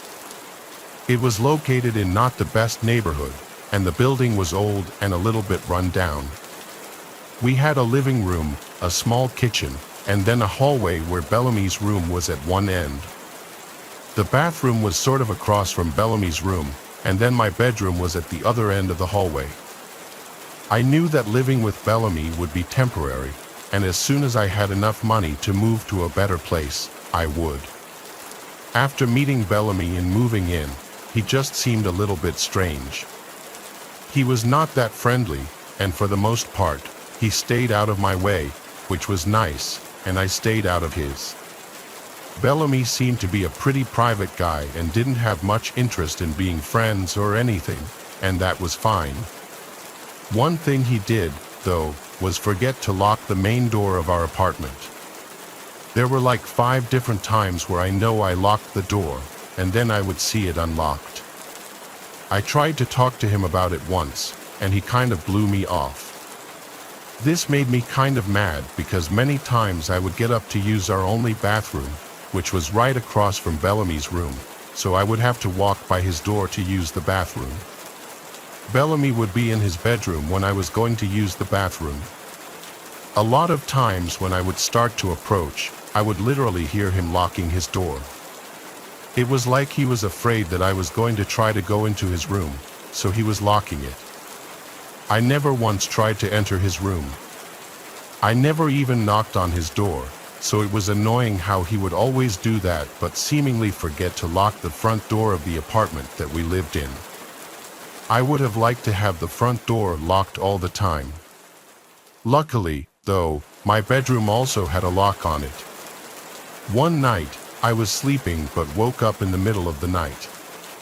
The first thing that I remember after waking up is that I heard somebody right outside my bedroom door. My heart started racing, and I didn't know what to do. Whoever this person was already inside the apartment, probably because Bellamy left the door unlocked. I then heard this noise, like somebody was messing around with the lock on my door. Maybe they were trying to pick it. This went on for like a minute, but luckily they didn't get in. I got my phone that was next to my bed and called the police. Then I turned on my bedroom light. When this happened, I heard whoever it was moving away from the door and seemingly back out towards the living room. I didn't leave my room until the police arrived. By then, I hadn't heard anything in a long time. I finally left my bedroom and saw that our front door was left unlocked again. The police came in and searched the place. While this was going on, Bellamy left his bedroom, apparently woken up by the motion. He said that he didn't see or hear anything. The police didn't find anybody and nothing was stolen or missing. I even remember when the police were there, Bellamy loudly said to me, "Are you sure you weren't dreaming the whole thing?" I found this comment to be a little bit rude because I knew that I wasn't. The police also heard him, and I didn't want them to think that I was just imagining the whole thing. The police advised us to keep our door locked, and then they left. After they left, I remember Bellamy asking me why I called the cops. It was like he was annoyed that I did. I said because he left the front door unlocked and somebody broke in. Bellamy claimed that he didn't leave it unlocked and said that our lock must be faulty, but I didn't believe him. I mean, somebody broke into our apartment and tried to get into my bedroom, and Bellamy just seemed annoyed by the whole thing. He didn't even seem that concerned. After that, we both went back to our rooms, and I went back to bed. I really couldn't wait to move out of there. Soon, I would have enough money saved up to do so. Several days went by and everything seemed to be going normally. Then one night, I was in my bedroom again. Now usually, I would hang out in my bedroom and then go to the bathroom and brush my teeth. Then I would return, lock my door, and go to sleep. That was my nightly routine. So, on this night, I believe it was a Friday because I didn't have work the next morning. I know that because I was staying up much later and watching YouTube videos on my phone. It was past the time that I usually went to sleep. I think it was after midnight. I was lying on my bed, and my lights were out, but my door was unlocked because I hadn't brushed my teeth yet. I remember all of a sudden seeing my bedroom door start to open. My headphones were in, so I didn't hear anything, but when I saw this, I took them out and looked to the door. After it slowly opened, I saw Bellamy entering. When he saw me staring right at him, he stopped, turned around, and then left. I yelled at him, asking what he wanted, but he quickly returned to his room. I thought this was really weird and also creepy, so I got up, brushed my teeth, then locked my door and went to bed. The next day, I asked Bellamy what he was doing, and he completely denied it. I couldn't believe it. He suggested that I was having another dream. This made me mad. But I didn't say anything. Instead, I realized that it was probably him the night I had called the police. I don't think anybody else even entered our apartment. I mean, nothing was stolen and nothing was messed up. Plus, the person went right for my room. So I started looking for a new place that same day. Within a week, I moved out. Ever since then, I haven't seen or heard from Bellamy, and I'm hoping that I never do.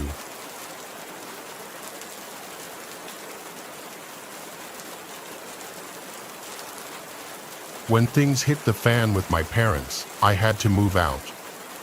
I was down on my luck living situation-wise and could only crash on the couches of my friends for so long.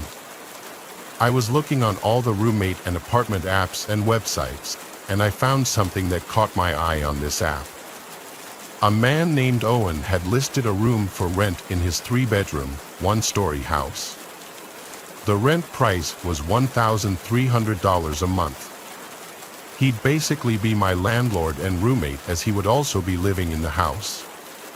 He made sure to note on the ad that he'd be out of the house most of the time and that the renter would have the place to themselves often. He did put in all capital letters a few ground rules though, including no parties, no large gatherings, no drinking in the living room, and no use of the basement. They seemed like pretty standard rules. I went to view the house in person and meet Owen. The second he opened the door, I got a bit of a read on him that he was a little reclusive. His demeanor was quiet and a little awkward.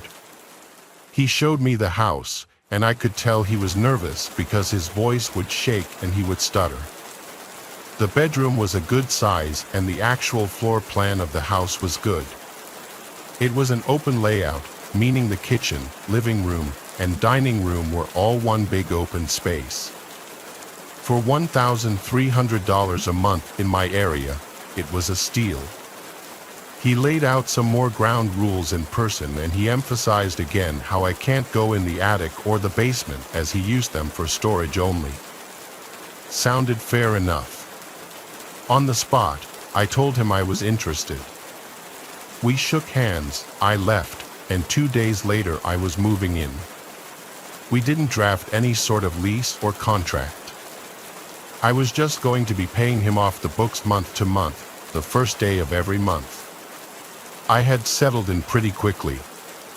The bedroom I was renting was already furnished with a bed and basic furniture, so all I did really was hang some of my wall decor and fill the dresser and closet with clothes.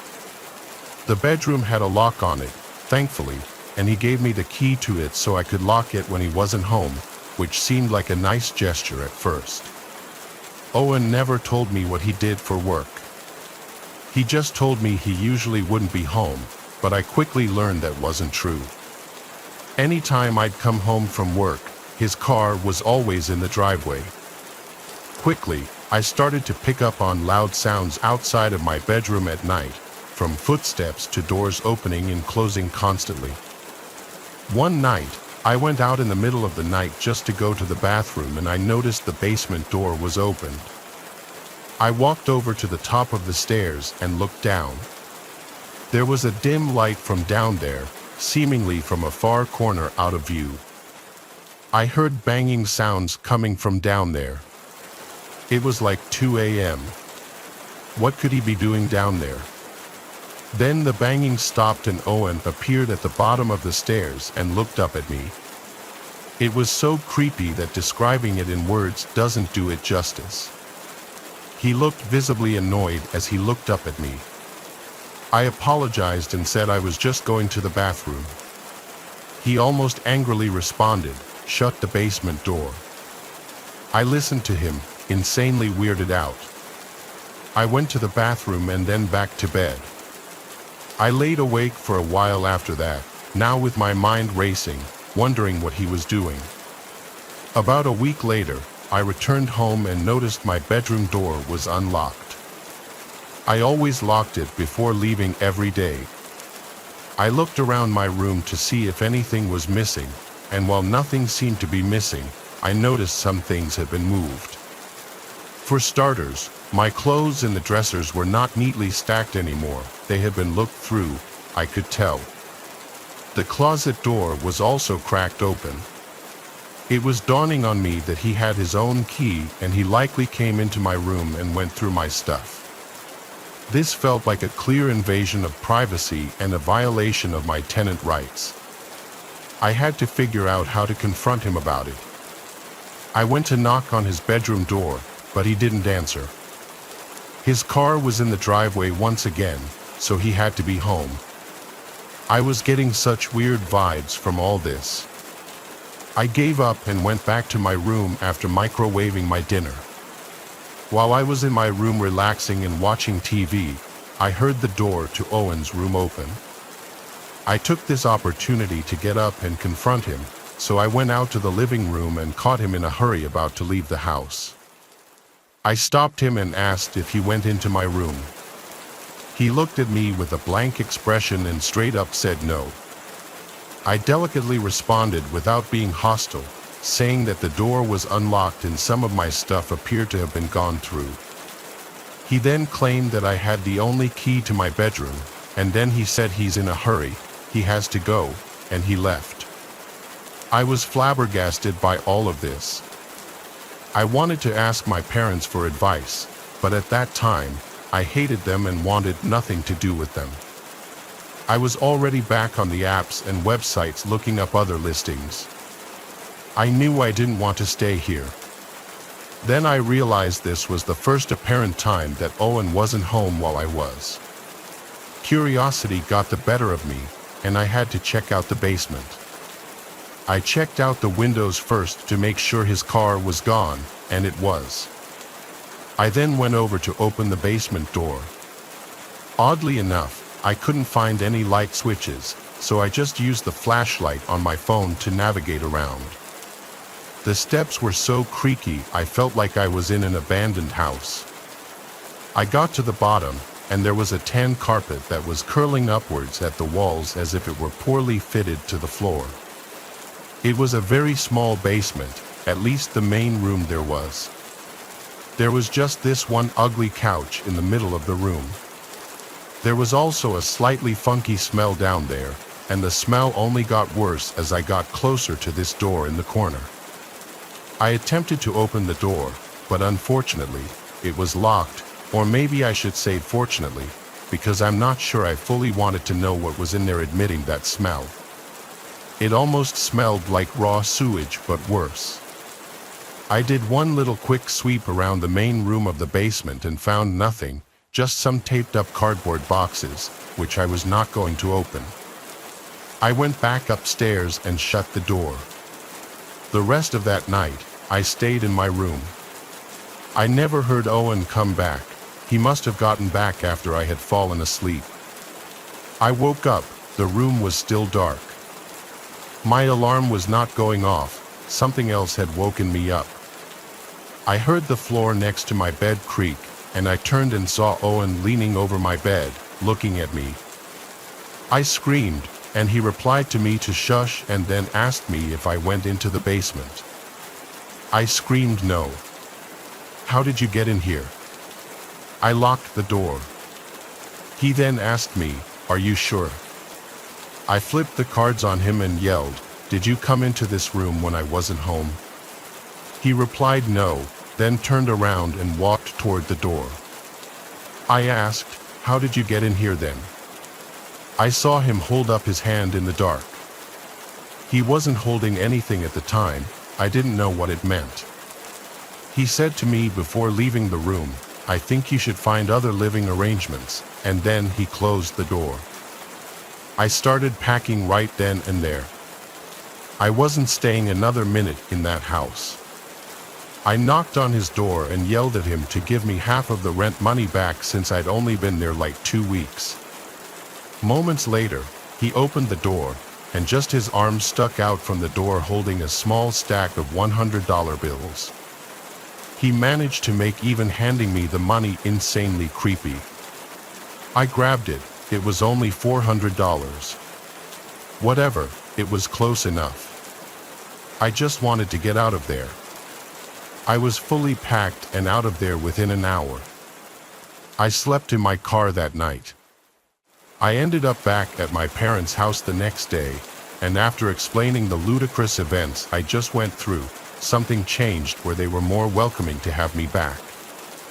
I still moved out a month later, but my parents and I are fine now. If you're choosing to have a random roommate from online, just be careful and use your best judgment after meeting them.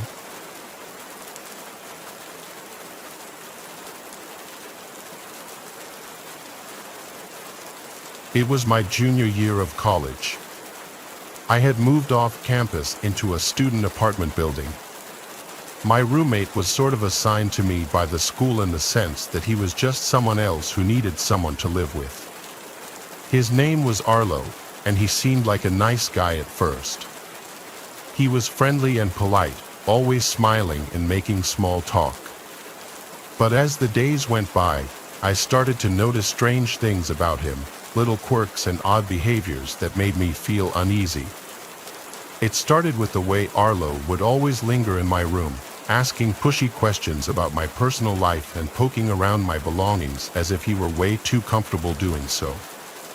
At first, I brushed it off as harmless curiosity, even if I found it kind of weird. But the more I thought about it, the more it bothered me.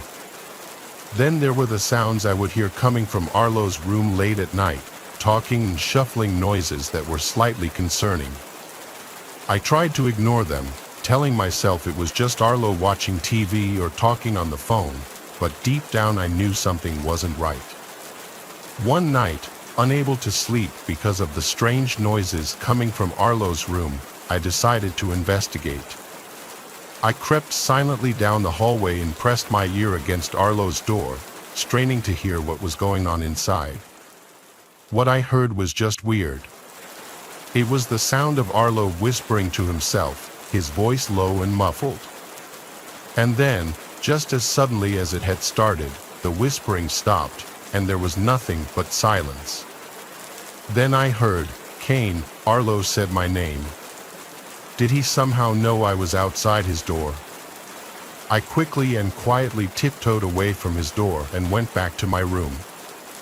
I silently crawled back into my bed. I didn't know what to make of this. Why was Arlo talking to himself? Was he hiding something from me, or was he sleepwalking? But then, how did he know I was outside of his room? I couldn't shake the feeling of uneasiness. The next day, I kept thinking about the night before. As the days went by and the sounds from Arlo's room persisted, my paranoia only grew worse. I couldn't shake the feeling that Arlo was hiding something from me. Arlo's behavior also became stranger. I started to notice little subtle changes in his behavior, like he would make strange glances at me, and his movements seemed a little furtive. One night, I woke up at some off hour in the night and heard Arlo's whispering voice from outside in the hallway, like right outside my door. It was genuinely freaking me out, and I was wondering if he was sleepwalking. I went to the door and put my ear up against it, and like last time, the whispering stopped. Then Arlo once again said, "Kane." This time I replied and said, "Yeah, you good?" He didn't respond. I just heard his footsteps walk away to his room. The following night, I woke up to the sound of my bedroom door closing. I heard Arlo's footsteps walking away in the hallway. This was getting out of hand. The next day, I decided to confront him about his potential sleepwalking. I told him I had been hearing him walking around late at night and heard him close my door last night. I then asked him if he had ever been known to sleepwalk or have any kind of sleeping disorders. He seemed to not know how to answer at first, but then he said yes, he does tend to sleepwalk sometimes. I wasn't buying it, though. Something was up. I decided to search Arlo's room for answers. I knew it was risky, but I couldn't ignore the nagging feeling that something was wrong. I waited until Arlo was out of the apartment, then I crept into his room. I knew that I might not have much time, so I searched quickly, tearing through drawers and closets in search of anything that might explain Arlo's strange nightly behavior. And then, just as I was about to give up, I found it, a small, nondescript drawer hidden at the back of Arlo's closet.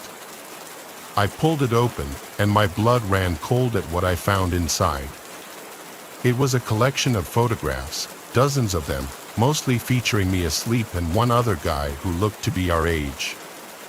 They were taken from different angles and distances, some of them so close up that I could see the pores on my skin and individual strands of hair on my head. I felt sick to my stomach as I realized what I was looking at. Arlo had been secretly taking pictures of me while I slept, without my knowledge or consent. I couldn't believe it. I had been living with some kind of sick voyeur.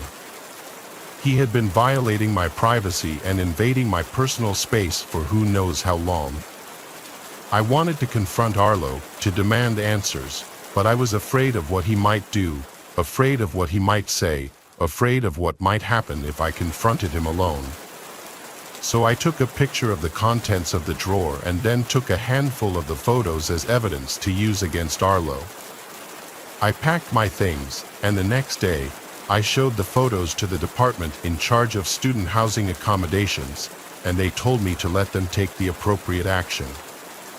I was lucky and got assigned to a different apartment with a normal person who needed a roommate. I never spoke to Arlo again. Even now, years later, I still can't shake the memory of those chilling photographs and Arlo's whispering and creeping around at night. I never found out who the other guy in the photos was. It was definitely his old roommate, but I was never able to find his name. But who knows, maybe he also found out.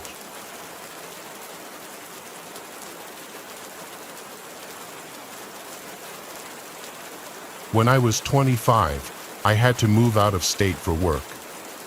I still work with the company, but I've been able to move back to my hometown and work at the local office here. But at the time, I needed somewhere to live that wouldn't be bank-breaking. I made a posting on basically all the websites for a roommate, Instagram, Craigslist, Twitter, and even on my neighborhood subreddit. I had a guy named Chad reach out to me on Instagram stating he had a room available in his place. I looked at his pictures to see if he looked like a somewhat normal guy, and he did. I was open to the idea of having a male roommate as long as they seemed normal, even though my parents were very against it. Chad and I FaceTimed, during which he gave me a virtual tour of the place. Apparently, he owned the place outright. It was a modest house in the middle of town, only a 15-minute drive from where my office would be. He also seemed pretty nice. I didn't get any bad vibes at all. His price was fair, and his rules were pretty fair too. He said it was available to move in right away, which was perfect. So it was settled. A week later, I had all my things packed and drove down. I met Chad right out front of the house where he greeted me and handed me a key. The first thing I noticed about him was that he was really short, eye level with me. He helped me bring some of the bigger and heavier bags inside. He showed me my room, which was already furnished. He said one of his friends had been living there and recently moved out. I replaced all the pillows and bed sheets with my own, of course. The rest of that day was spent settling in. Chad, I could see, was trying to get to know me and presumably make me feel at home. I didn't get any overly friendly vibes yet. The next day was Sunday. Chad offered to drive me around town to show me around. I wasn't eager to, but I said sure just to get off on a good start with him. He drove us around town, showing me where the good shopping centers and restaurants were. But then he offered to get us lunch. I really wasn't hungry, and he was suggesting a sit-down lunch, almost like a date. I didn't want him to get any kind of wrong idea. I just needed a room. I said I wasn't hungry, and then he right away suggested we go grab drinks somewhere instead. I politely shot it down too, saying I don't drink on work nights. He was being a bit pushy, saying, "Come on, just a couple drinks." I still maintained my politeness and said another time. He gave up and went really quiet all of a sudden, like he was upset. I'll admit, I was slightly uncomfortable, but nothing I couldn't handle yet. That week was my first week at work, so my attention was focused mostly on adjusting to the work week. It wasn't until a few days into the week that I got home, did my laundry, and noticed my hamper full of clothes seemed moved, like the clothes weren't how I remembered they were left. And it wasn't until I was loading the washing machine that I noticed a pair of my underwear was missing. I checked my room top to bottom like 5 times. It was gone. I had a disturbing thought. What if Chad? No, I refused to believe that just yet, and there was no chance in hell I would confront him and ask him that. Still, I was now starting to wish there was a lock on the bedroom door. That weekend, I bought a lockable doorknob from Ace Hardware, and while Chad wasn't home, I swapped out the current doorknob with the new one. Now I could leave the place in peace. I figured I'd tell Chad the next time I saw him. He didn't come home that night, though. He must have been working. His schedule seemed pretty random. That night, I awoke to banging on my bedroom door. It was Chad. He was saying my name, and he didn't sound happy. I checked the time, and it was like 1:30 in the morning. I decided I would pretend I was asleep. I was honestly kind of scared to open the door. I had a feeling it had to do with the doorknob, and I was right. The next morning, I woke up to a bunch of texts from Chad saying, "We need to talk. Be home after work." I simply responded, "Is this about the doorknob?" And he responded back, "Yes." I apologized to him and said I was planning on telling him. He replied back, "It comes off today." I was getting incredibly nasty and weird vibes from his tone. My next response, I thought out a little longer and basically said how I hoped he could sympathize and understand that I'm a girl and I just feel safer being able to have privacy in my room. He responded a little nicer this time, but he still basically said no to my request and that the old doorknob needs to go back on. I was confused and upset, but I had to respect his rules. I did also install it without telling him, so I felt like he had a right to be kind of mad. But how did he know I changed it? It's not like I had the old doorknob sitting out in the open. The idea that he tried coming into my room that night kind of scared me.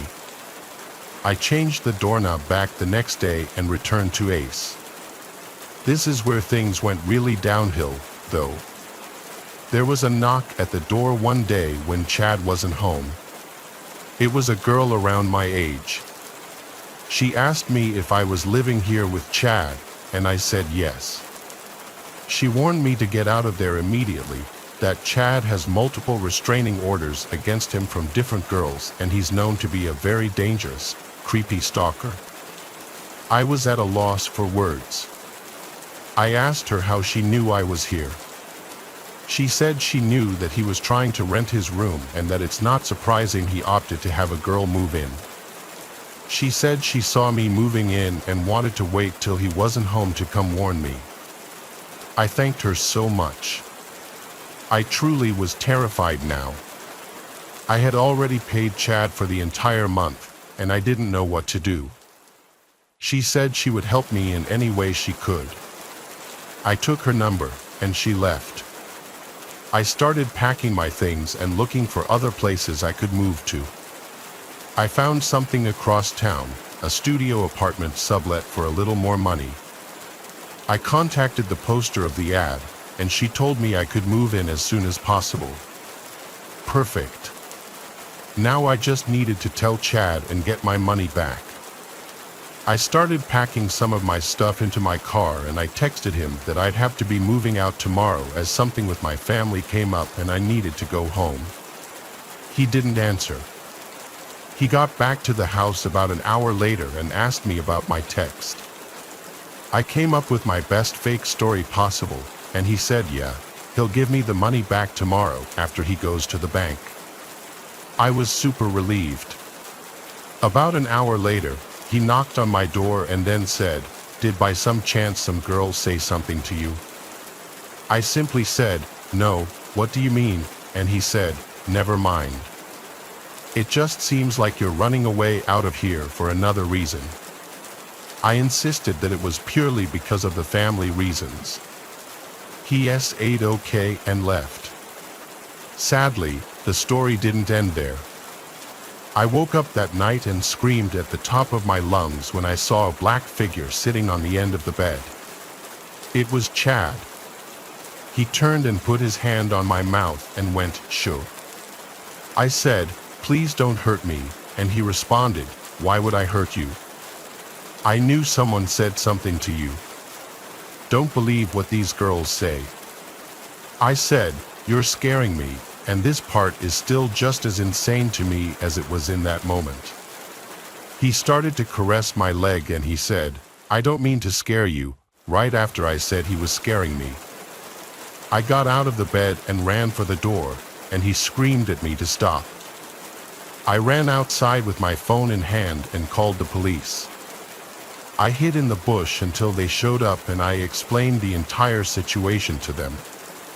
They made Chad come outside and give his side of the story. Basically, I told them I just want to get all my stuff out of the room and I'm leaving.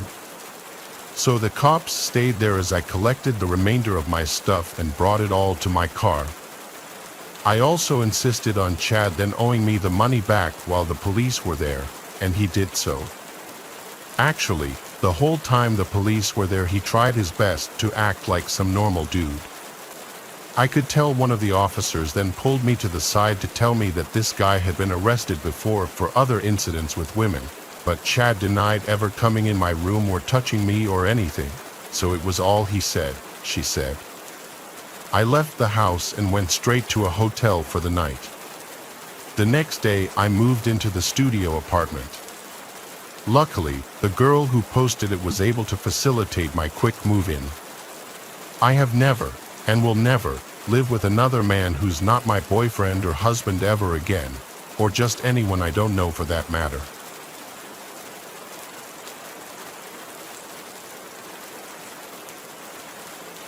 As a child growing up in a quiet suburban neighborhood, the local playground was a place of joy and laughter, a haven where my friends and I could escape the world's worries.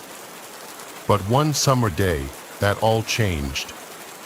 It started out like any other day, with sun shining brightly overhead and the sound of children's laughter filling the air, but as we played on the swings and climbed the jungle gym, a sense of unease began to settle over us.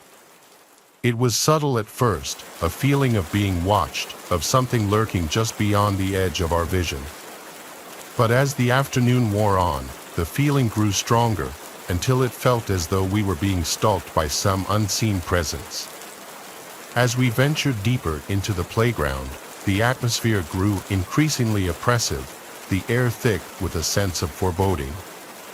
And then, as we reached the old abandoned slide at the far end of the playground, we saw it, a figure, dark and shadowy, lurking among the rusted metal. With a cry of terror, we turned and fled from the playground, our hearts pounding in our chests as we raced home.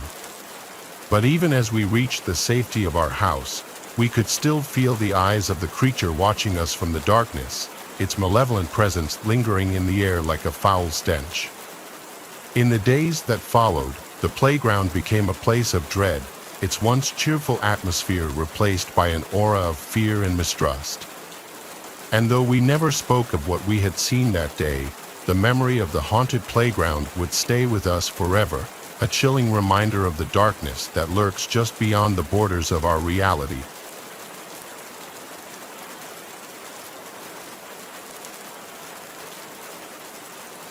As a child, I always found attics to be mysterious places, filled with forgotten treasures and hidden secrets.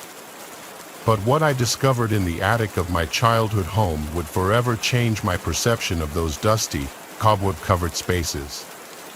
It all started on a lazy summer afternoon, when my parents decided it was time to clean out the attic and rid of the clutter that had accumulated over the years.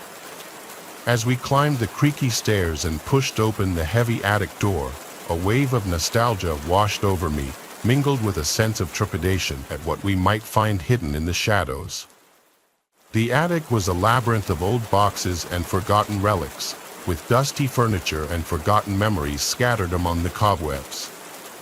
As we began to sift through the detritus of years gone by, I couldn't shake the feeling that we were being watched, that some unseen presence lurked just out of sight, waiting for the perfect moment to reveal itself.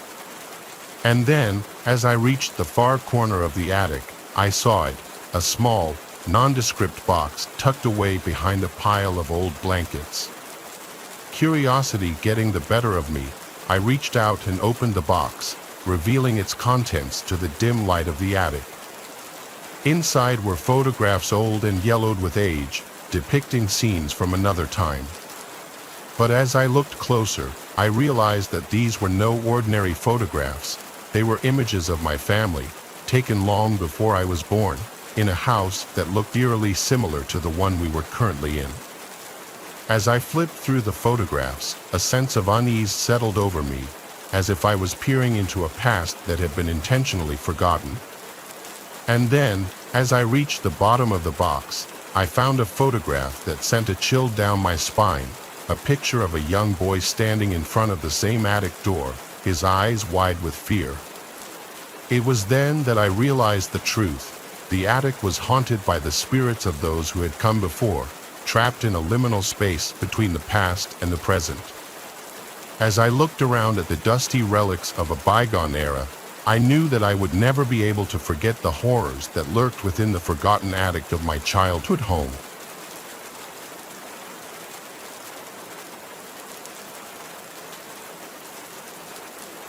This happened when I was a young child, maybe around 7 years old.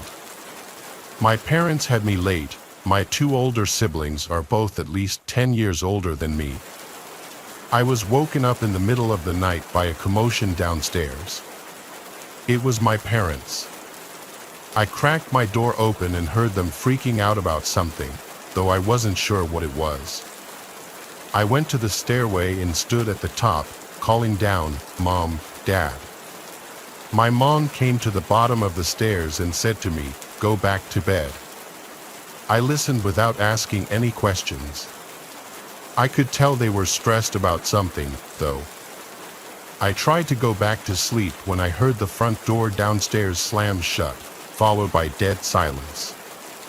I presumed they had left the house, but wasn't sure why.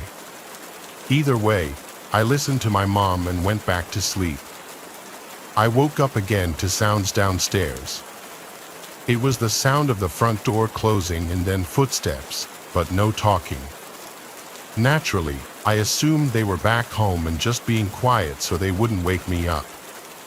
I heard occasional steps and thuds from downstairs, drawers and cabinets being opened and closed, and I thought for sure I heard the fridge opening too. I thought it was my older brother Jethro, He's 10 years older than me and was already driving at the time, so him getting home late and rummaging through the fridge wasn't abnormal at all. These are all things I was telling myself, logical explanations for what I was hearing. Eventually, I heard footsteps coming up the stairs, getting louder and closer until they reached the top and made their way to my door. My door quietly and slowly opened. I didn't sit up or move, I just had my eyes open, facing the door as I was still lying down. There weren't any lights on outside of my room, so whoever was walking around was doing so in the dark.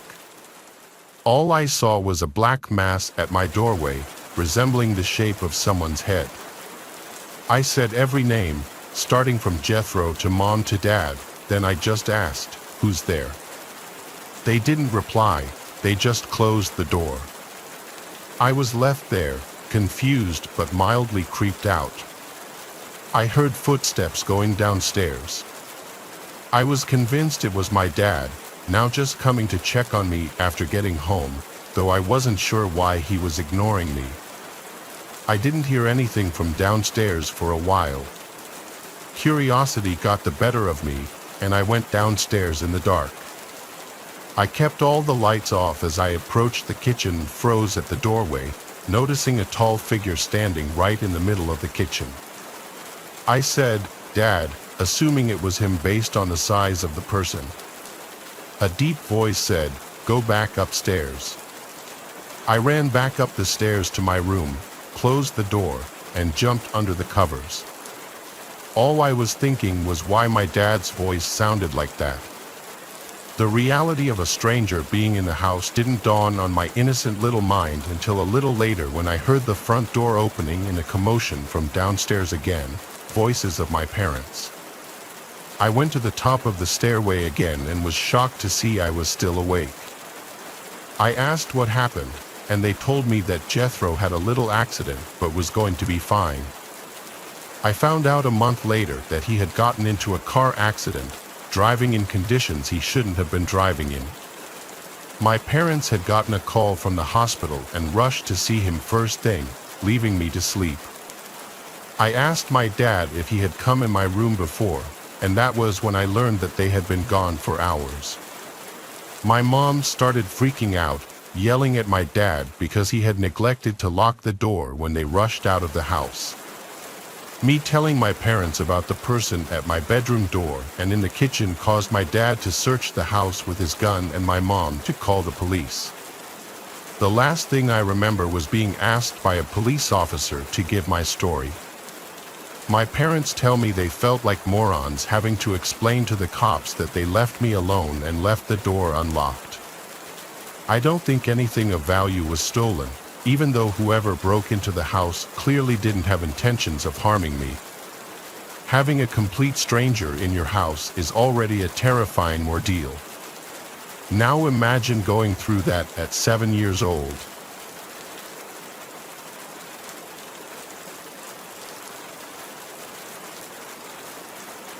It was around 2012 to 2013.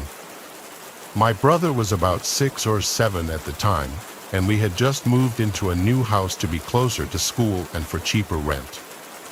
It was a pretty nice house, all things considered. It even had a cozy fireplace for the winter. Anyway, my brother was really into Batman and had this Batman car that, if a button was pressed, made noises and lit up. It was basically his favorite toy, so he played with it often. Then one afternoon, he came inside from playing out back and told us he found something. Naturally, my mom and I asked what it was. It was a picture of a young boy, in the form of one of those tags you get if your parents paid extra for school photos. The picture was dirty and full of wear and tear, even to the point you couldn't see the year it was taken. We thought, okay, some parent lost their kid's picture, no big deal. Then my brother said something that confused me.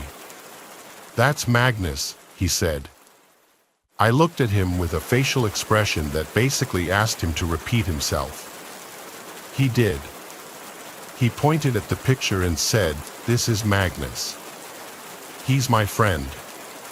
I slowly nodded my head as if I knew who he was talking about. The main reason this confused me is because my brother didn't make friends easily, and he had no friends that I knew of. This Magnus only came up once we had moved. I shrugged it off and figured he'd made friends with the next-door neighbors or something, and he somehow got the school picture as a keepsake. That night, around 2 a.m., when everyone in the house was asleep, I woke up to my brother talking. Naturally, annoyed, I walked into his room to tell him to go to bed or else he'd wake up our parents. It was weird because when I walked into his room, he was sitting up straight in his bed as if he was actually talking to someone and not just to himself or his toys. I told him to go to bed and went to bed myself. A couple of days later, my mom was talking to me about my brother and asked if I'd seen him get up at night.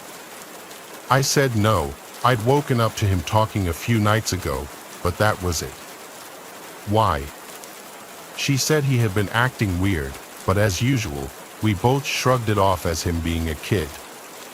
Now, in my room, my bed was right across from my door. This meant if I turned over, I could see into the hallway right in front of me. One night, I woke up to use the bathroom, and since I was, and still am, very afraid of the dark, I left the hallway light on, knowing my dad would turn it off once he got up. I'd probably be asleep by then. I was lying in my bed, facing my door, when a sudden noise made me jump. It was my brother's damn Batman car making noises. I got up to tell my brother that he shouldn't be up this late playing. But when I got into his room, he was asleep in his bed, with the toy across the room on the floor still making noise. I walked over to it to turn it off and was finally able to go back to sleep. However, the following days, my brother wouldn't stop talking about Magnus. It was honestly starting to freak me out, so I went over to the neighbors' houses to the right and left of us. One house didn't even have kids, and the other was vacant. This started to worry me, but my dad said it was probably just an imaginary friend he came up with. I went along with it since I couldn't think of any other explanation. Almost every night, one of us, my mom, dad, or sister would say we heard my brother's toy making noise and had to go into the room to turn it off. I explained that I had to do it as well and once again brought up my brother talking to someone. One night, my dad swore up and down that the toy was probably motion activated. But when we bought it, there was no advertisement for motion activation. My sister and I were so unnerved by it that we started to sleep in my room together. I'm glad we did, otherwise, I'd probably write this off as a bad dream. My sister and I were talking, trying to keep each other calm and in good spirits, until we heard the dreaded noise of my brother's toy. We both looked toward my open door and into my brother's room, which was right across from mine. Our expressions turned to horror as we saw my brother's toy rolling past the door all on its own. We screamed and ran to our parents' room. They got mad at our brother, saying it was a cruel joke to play on us as we were already freaked out. What he said sent chills down my spine. It wasn't me. Magnus wanted to play. That night, the toy went into the trash, batteries taken out and all. My sister and I were relieved until the next day when my brother had the toy again. My parents accused him of getting it out of the trash, to which he responded, "Magnus got it for me." The toy was broken into small pieces and thrown away for the final time. My brother was obviously upset, but our parents got him a new Batman figurine, and everything was fine. It wasn't until about a week later, when we all felt that everything was okay now and that Magnus was gone, that something happened. My mom was cooking chicken breasts on the countertop with the George Foreman grill. She had come into the living room to ask us something, and then we all jumped as we heard a crash in the kitchen. We went in there to see the George Foreman grill halfway across the kitchen, as if it had been thrown. My mom swore it was nowhere near the edge, and my dad had no explanations. Nothing happened afterward, and we moved out about a year later. But to this day, I wonder if my brother's imaginary friend Magnus wasn't imaginary.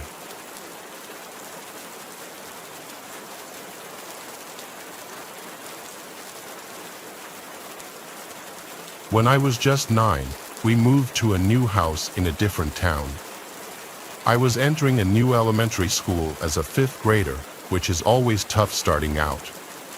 It was a bit awkward, as all the kids already knew each other, and I was just some random kid entering the scene. In my elementary school, you were made to sit with the kids from your class during lunch. I remember it being really awkward the first few days. Kids are extremely judgmental around that age, and I was judged as the new kid, making it more difficult to make new friends. But during those initial days of being the new kid on the block, I actually met a few of the kids on the block. One of the kids was Roy, who went to a private school, so we went to different schools. We met while I was biking down the street, and he asked if I had just moved into the house on the corner. We started hanging out from there. Then, a few days later, I met Hank. Hank actually rang the bell one day and asked my parents for me. I was confused when my parents called me to the door and introduced me to him. He said he lived down the block and wanted to know if I liked video games. Of course, I said yes, and he invited me over to his house to play Grand Theft Auto, San Andreas. I didn't have that game but really wanted it, so I said yes. We walked to his house, which was literally the corner house at the opposite end of the block. Right away, I felt like the house looked less nice than every other house on the block. It was the same size as most, but it just looked run down and not taken care of. There was no grass. The front yard was just 2 big patches of dirt with a walkway cutting through them to the front door. We entered the house, and it was equally disheveled inside. It was like a house of hoarders, with boxes and junk everywhere in every room. He led us to the basement, which smelled like 15 cats lived down there. Weirdly enough, there didn't seem to be any pets.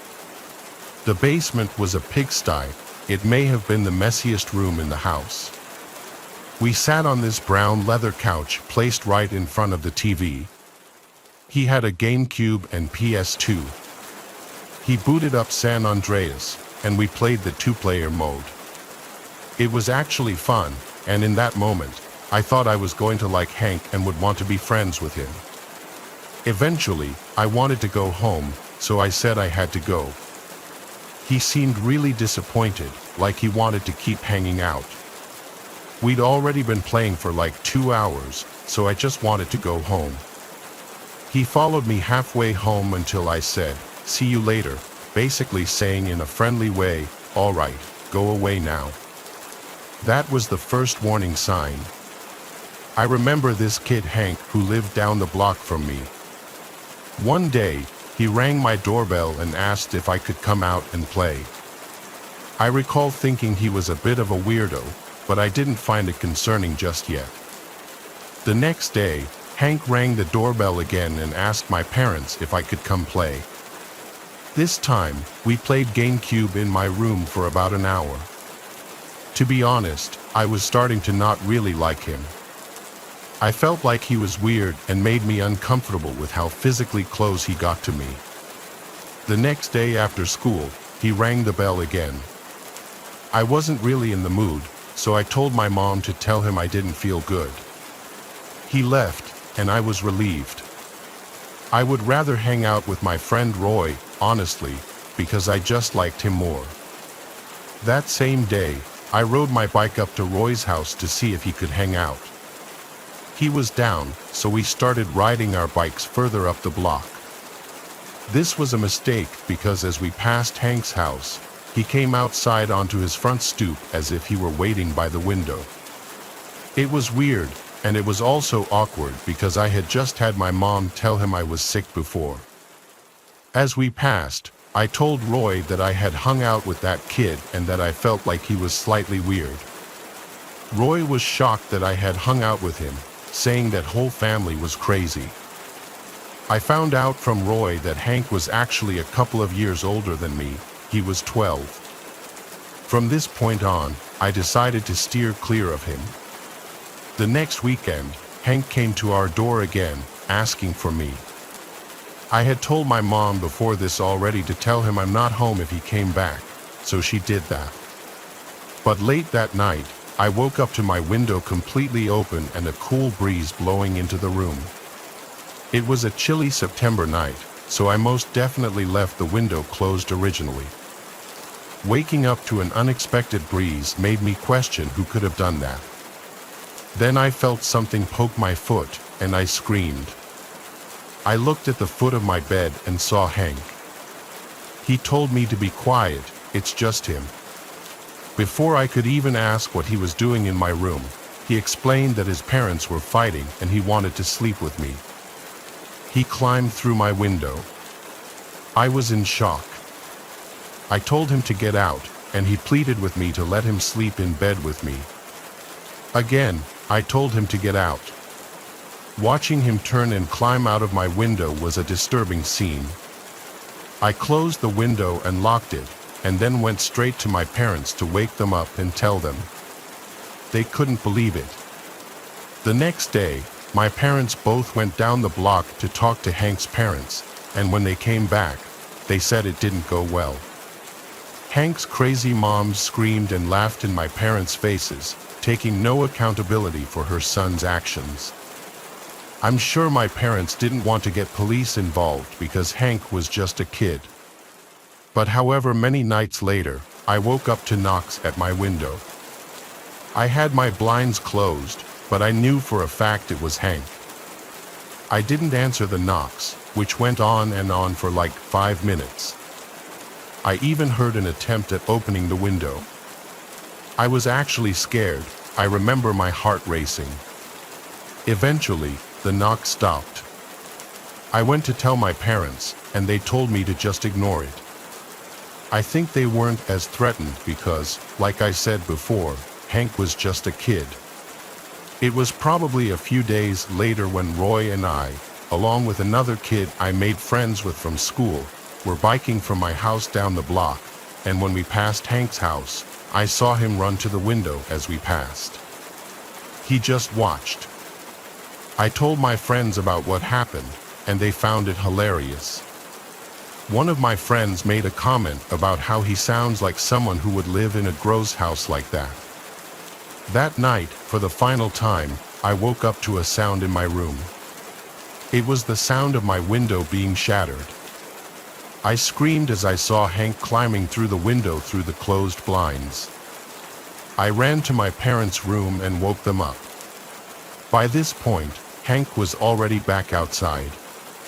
My dad went outside and chased him all the way back to his house, with Hank making it back inside before my dad could catch up to him.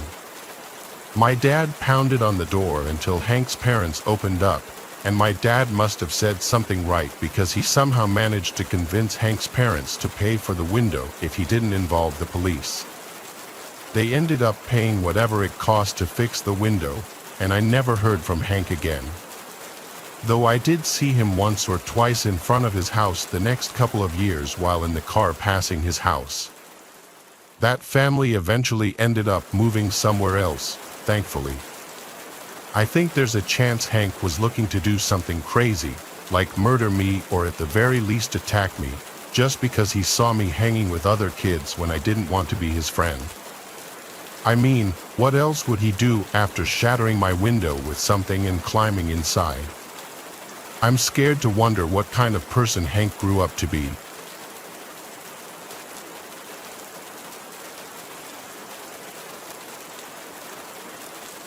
In the quiet town of Briarwood, nestled among the rolling hills, there stood an ancient willow tree. Its sprawling branches reached towards the sky like gnarled fingers, casting eerie shadows over the neighborhood playground.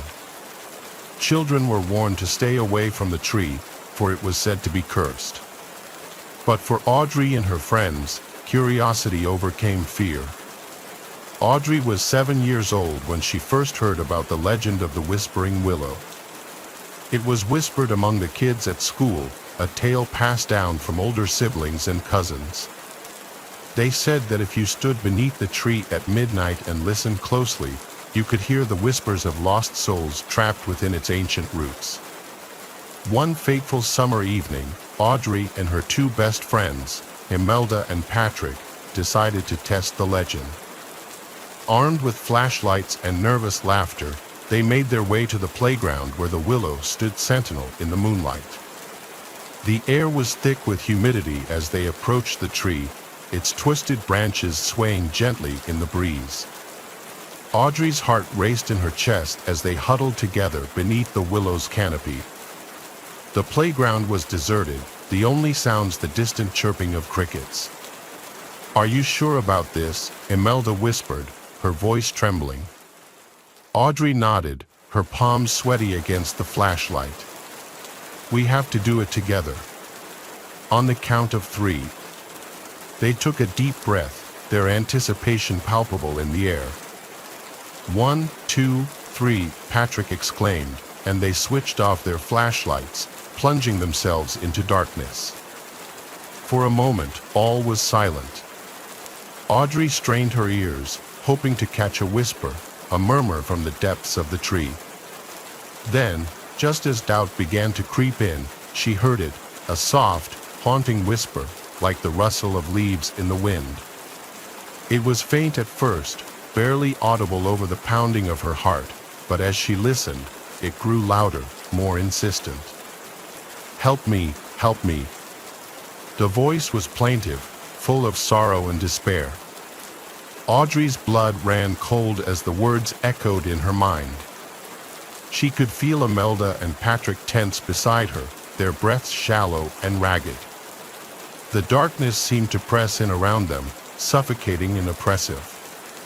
"We have to get out of here," Imelda whimpered, her voice barely above a whisper. But before they could move, something shifted in the shadows. A figure emerged from the darkness, its form indistinct and ghostly. It floated towards them, its eyes glowing with an otherworldly light. Audrey's scream pierced the night as the figure reached out a translucent hand, its fingers curling towards her. She stumbled backward, tripping over a gnarled root and falling hard on the ground. "Run!" Patrick shouted, grabbing Audrey's hand and pulling her to her feet. They sprinted towards the playground's exit, their hearts pounding in their chests. Behind them, the figure gave chase, its eerie whispers growing louder and more urgent. "Help me! Don't leave me!" They burst out of the playground, gasping for breath as they stumbled onto the quiet street. The figure was gone, but the echoes of its voice lingered in their minds. They never spoke of that night again, each too terrified to confront the reality of what they had experienced. The Whispering Willow remained a forbidden place, a dark reminder of the unknown terrors that lurked in the shadows. Years passed, and Audrey grew into a young woman, the memory of that night fading like a distant dream. But one summer evening, as she walked past the playground on her way home, she heard it, a soft, haunting whisper carried on the breeze.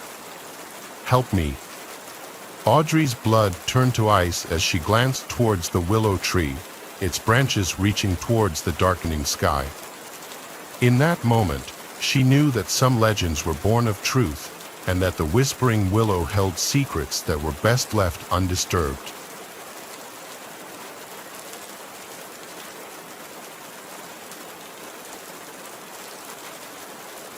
In the quaint town of Willowbrook, nestled between rolling hills and dense forests, there was a house unlike any other. It stood at the edge of town, its weathered facade looming ominously over the neighborhood. Children whispered tales of its haunted past, claiming that the shadows within held secrets darker than the night itself. It was here that young grave digger spent his childhood, unaware of the horrors that awaited him within those walls. Grave was an inquisitive child, always eager to explore the world around him. His parents, both busy with work, often left him to his own devices, trusting the safety of their small town. One summer afternoon, as the sun dipped behind the horizon, casting long shadows across the lawn, Grave found himself drawn to the mysterious house at the end of the street with a sense of curiosity that outweighed his fear. Grave pushed open the rusty gate and ventured into the overgrown yard. Weeds tangled around his ankles as he made his way to the front door, which creaked open with an eerie groan, as if welcoming him inside. The interior was shrouded in darkness, the only light filtering through dusty windows. Grave hesitated at the threshold, a chill creeping up his spine, but something compelled him forward, deeper into the belly of the house. As he stepped into the dimly lit hallway, the air grew thick with a sense of foreboding. Whispers echoed off the walls, faint and indistinct, like the murmurs of a long-forgotten past. Grave's heart raced in his chest as he followed the sound, drawn to a staircase that spiraled upwards into darkness. With each step, the whispers grew louder, forming words that sent shivers down Grave's spine. "Leave," they hissed, "before it's too late." But Grave pressed on, driven by a morbid curiosity that overpowered his fear. At the top of the stairs, he found himself in a narrow corridor lined with closed doors. The whispers seemed to emanate from behind one in particular, its wood warped and splintered with age. Summoning all his courage, Grave pushed open the door to reveal a room frozen in time. Dust-covered furniture lay scattered about, cobwebs clinging to every surface. But what caught Grave's attention was the figure huddled in the corner, its back turned to him. "Hello," Grave called out, his voice trembling. The figure remained motionless, its form shrouded in darkness. Grave took a tentative step forward, his heart pounding in his chest. As he drew closer, he realized with horror that the figure was not human at all. It was a grotesque mannequin, its features contorted into a twisted mask of agony. In its outstretched hand, it held a faded photograph. Grave's hands shook as he took the photograph, his eyes widening in shock. It was a picture of a young boy, no older than himself, standing in front of the very house he now stood in. But what chilled him to the bone was the date on the back, the date of that very day, decades ago. Before he could comprehend the implications, the whispers around him grew deafening, a cacophony of anguished voices filling the room. "Help us," they moaned. "Free us from this place." Grave staggered back, his mind reeling with fear and confusion. Without a second thought, he turned and fled from the room, down the stairs, and out of the house. The echoes of the whispers haunted him every step of the way. When he emerged into the fading light of evening, he found himself in the overgrown yard once more. Gasping for breath, he stumbled towards the gate, desperate to escape the nightmare within. As he reached the gate, a sudden gust of wind slammed it shut with a resounding clang, sealing the house behind him. Grave looked back one last time, the house now looming like a dark specter against the twilight sky. From that day on, Grave avoided the house at the end of the street, the memory of the whispers and the haunting photograph etched into his mind forever. And though he grew up and left Willowbrook behind, he could never shake the feeling that something malevolent lingered within those walls, waiting for its next unsuspecting victim. To this day, the house remains untouched, a relic of a dark and tragic past. If you listen closely on quiet nights, you might just hear the whispers carried on the wind, a chilling reminder of the true stories that lie hidden within the shadows of childhoods long gone.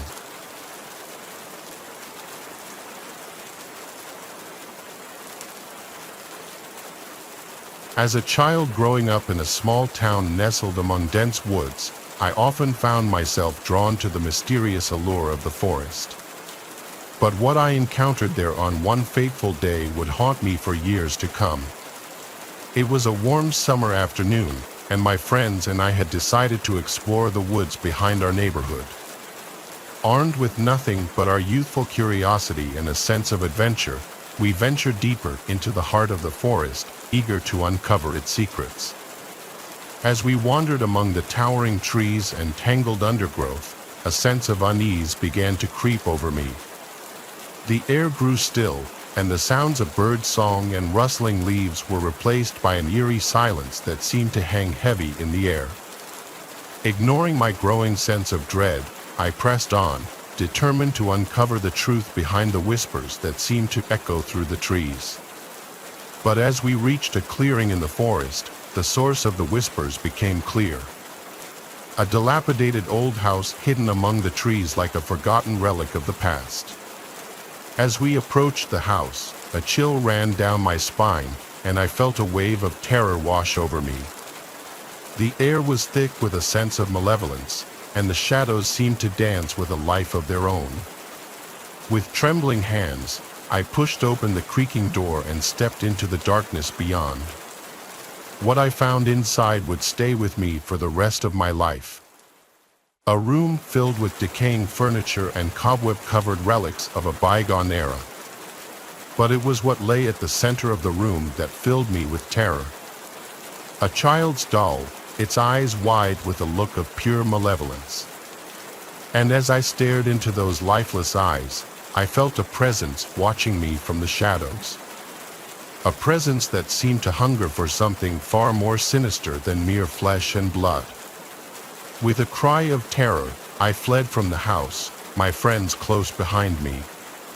But even as we ran, I could still hear the whispers echoing through the woods, a chilling reminder of the horrors that lurked within. To this day, I cannot shake the feeling that something evil dwells within those woods, something ancient and malevolent that preys on the innocent and the unsuspecting. And though I have long since left that small town behind, the memory of that day will haunt me forever, a reminder of the darkness that lurks just beyond the edge of our reality.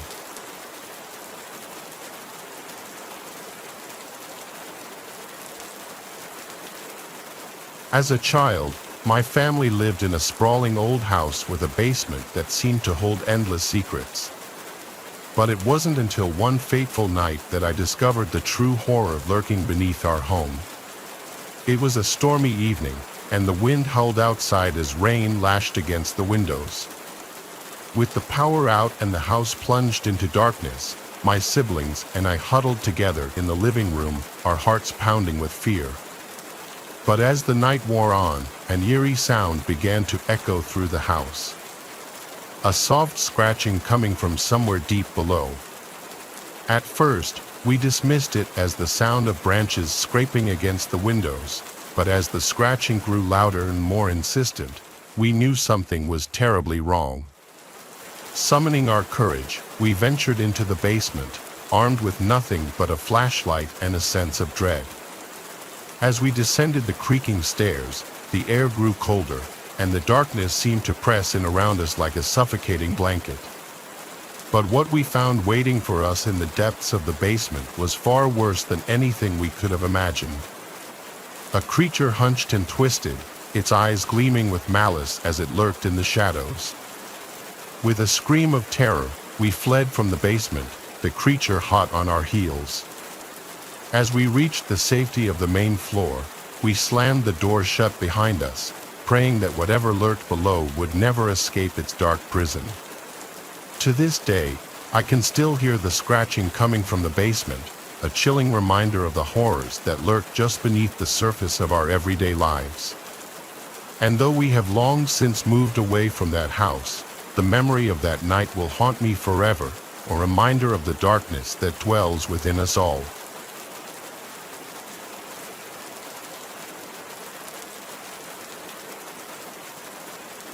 Tale takes us deep into the darkest corners of the internet, where whispers of accursed games spread like wildfire through online forums and chat rooms.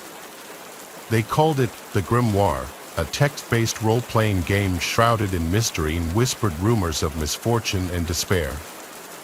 Legend had it that the game was the creation of a reclusive programmer, a digital recluse who had poured his darkest fears and obsessions into its code. But something went wrong. The game, once intended as harmless entertainment, became corrupted, twisted by an unknown force, its code taking on a life of its own. Rumors spread like wildfire through the online gaming community, tales of players experiencing strange phenomena, their real lives mirroring the events of the game with chilling accuracy. Some claimed to have lost fortunes, their in-game losses translating into real-world financial ruin. Others whispered of broken relationships, accidents, even disappearances, all linked to the game's malevolent influence. The game, it seemed, had a way of reaching out from the screen, of blurring the lines between the virtual and the real with terrifying consequences. Despite the chilling tales, curiosity got the better of many, drawn to the game's mystique like moths to a flame.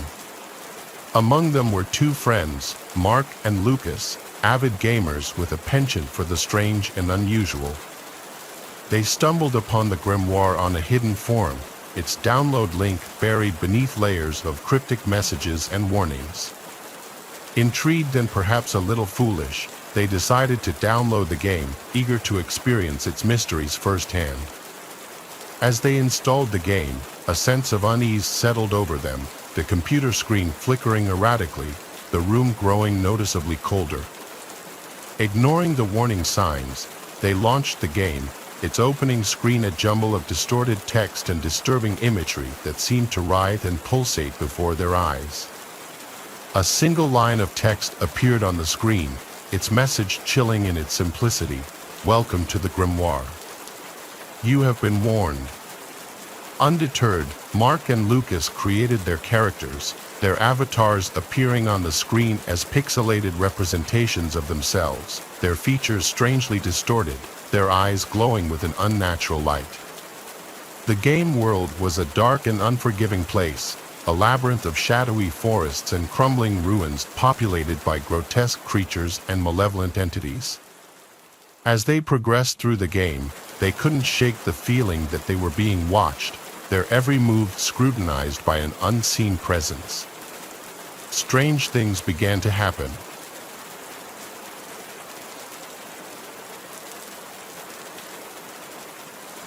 This is something that happened to me when I was much younger. I believe I was about 11 or 12 during this time. I lived at home with my older brother and my parents. One of my favorite things to do after school most days was to unwind by playing some video games.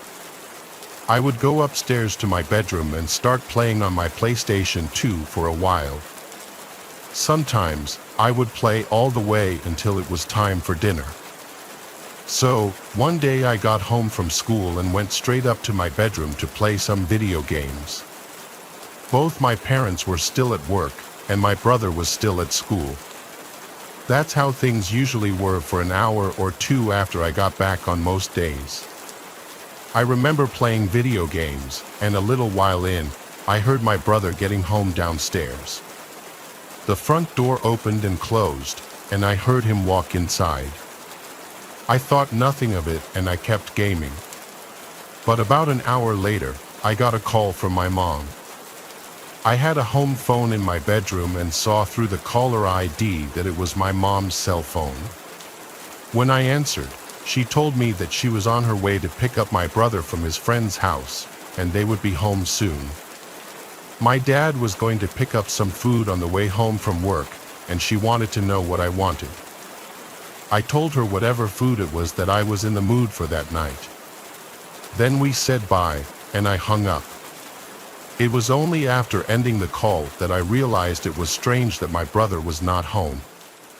If he was at a friend's house, then who had I heard entering our house? My heart started racing, and I had a terrible feeling. I carefully walked to my bedroom door and opened it up. I had never heard the person walking upstairs or near my bedroom. I didn't know where they went after entering the house. So, after not hearing or seeing anything, I left my bedroom. I quietly walked down the hallway and looked downstairs. I still saw nothing. Then I went down the stairs. Once there, I walked around the main level of the house looking. I did not see anybody, but when I was near the kitchen and kind of the front door, I heard a noise coming from the basement. It sounded like somebody was down there. I quickly ran away and went back upstairs to my bedroom. A short time after entering my room, I heard the front door to the house open and close again. At that point, I ran back downstairs. When I got to the front door, I saw what looked like a man walking away down the street. I didn't recognize him and only saw him for like 2 seconds. It might not have been the same guy who had been in the house, but I think it was. I then locked all the doors and called my parents, who then called the police. The door had been left unlocked for when my brother got home. I hadn't known he was going to a friend's house. Looking back, I can't believe it happened. I didn't even know I was home alone with some random guy downstairs. I'm really glad that he didn't go near my bedroom.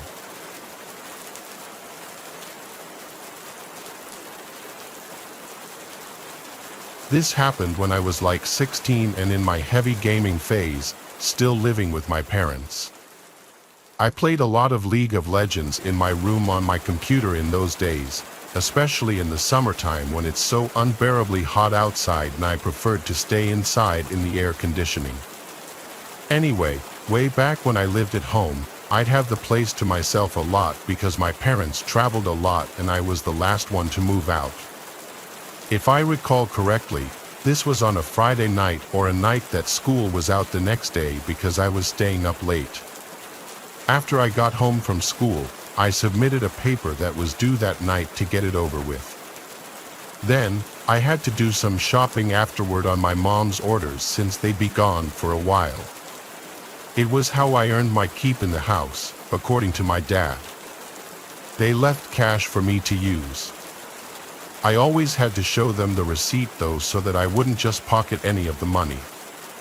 My mom gave me a shopping list, so I went to Whole Foods in my old Camry, my first car. Shopping took about an hour.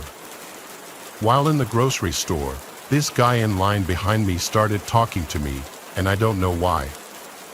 He made a comment about one of the things I was buying and just wouldn't stop, even as I was bagging my groceries. He kept talking to me, which I found weird. He wasn't paying attention to anyone else. I was still nice though. When it was time to leave, I said, "Have a good one," and left. I went out to my car in the parking lot, packed the trunk, then headed home. It was a scorching hot day as we were in early June. I wasn't looking to go out and do anything outside. Once I was done with everything I needed to do, it was dark out by now, so I got right on League of Legends on my computer and texted my friend David to get on as well. He joined my party, and we played some dual rank as we always did. I was using my noise-canceling headset. We were committed already to playing League of Legends all night and ranking up, so of course, I needed to take a break to make dinner at some point. Probably 2 hours into playing, I told David I was going to eat dinner and I'd probably be back on in an hour. He said he'd be back on later too. So with that, I took a break and made some pasta for dinner.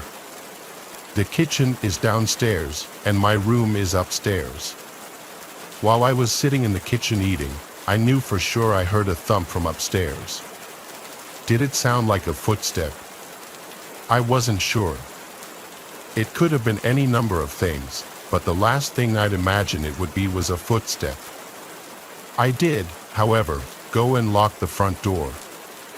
Now, oftentimes for a while, I would leave the door unlocked just because my parents' house is in a good side of town, and I just never took the idea of a break-in seriously. It's something you hear about on the news, but don't think it'll ever happen to you. I went upstairs, and I don't know what I was expecting, but I said my brother Tristan's name into the hallway. I knew he wasn't supposed to be here, but I don't know, I heard a sound and I felt the urge to see if anyone was here. When no one answered back, I went back to my room and got back on League of Legends. I put my headset back on and texted David that I'm going back on. Shortly after, he came back on. We started playing again. A couple of games in, I looked to my left at the doorway of my room into the hallway. I don't know if something in my peripheral vision or some other sense felt something there, but I would leave the door open when I was home alone as my mom would tell me to. The hallway was dark except for the one little nightlight plugged into an outlet. My room shone blue from my wall lights. Some of the blue poured into the part of the hallway closest to my room. In between the crack of the door was total blackness. I couldn't see through it. I didn't think anything of it. After our next game, David said he was taking a leak and walked away. While we were in the lobby, I looked at my phone, then looked back out to the hallway, and I noticed something was different. Now I could see through the crack of the door into the hallway. My first thought was someone blocking it just minutes ago? By instinct, I spun my chair around to face the bed behind me, and there was a man sitting on my bed with his freakishly upright posture and his hands resting on his thighs. He almost looked to be smiling.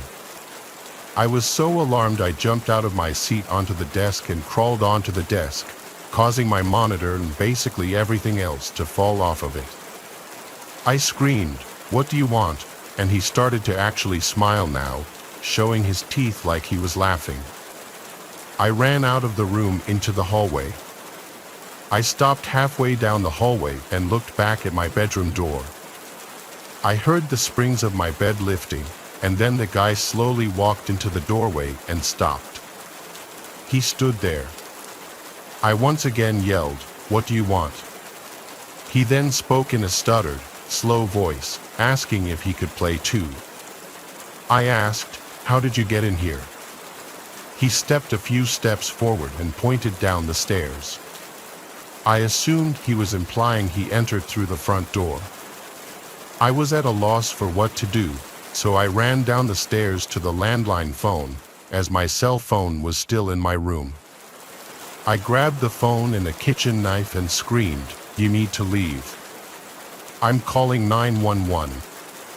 I heard footsteps walking down the steps, and the last time I saw the guy was when he walked past the kitchen, looked at me, and then I heard him walking out the front door. I ran to slam it shut and lock it. For the first time ever, I was ashamed of myself for leaving the door completely unlocked. I held the phone for a few minutes, deciding whether to tell my parents. Ultimately, I did. My mom was concerned at first, then grew livid, so much so to the point that she put my dad on the phone. He told me to go through the house and make sure nothing was taken. I went through every room, and honestly, everything seemed in place. I said the man seemed like something was off about him. The man didn't seem overtly hostile, but something was wrong with him, and I don't know what his intention was. The image of him sitting on my bed and the realization that he was watching me through the crack in the door was haunting enough.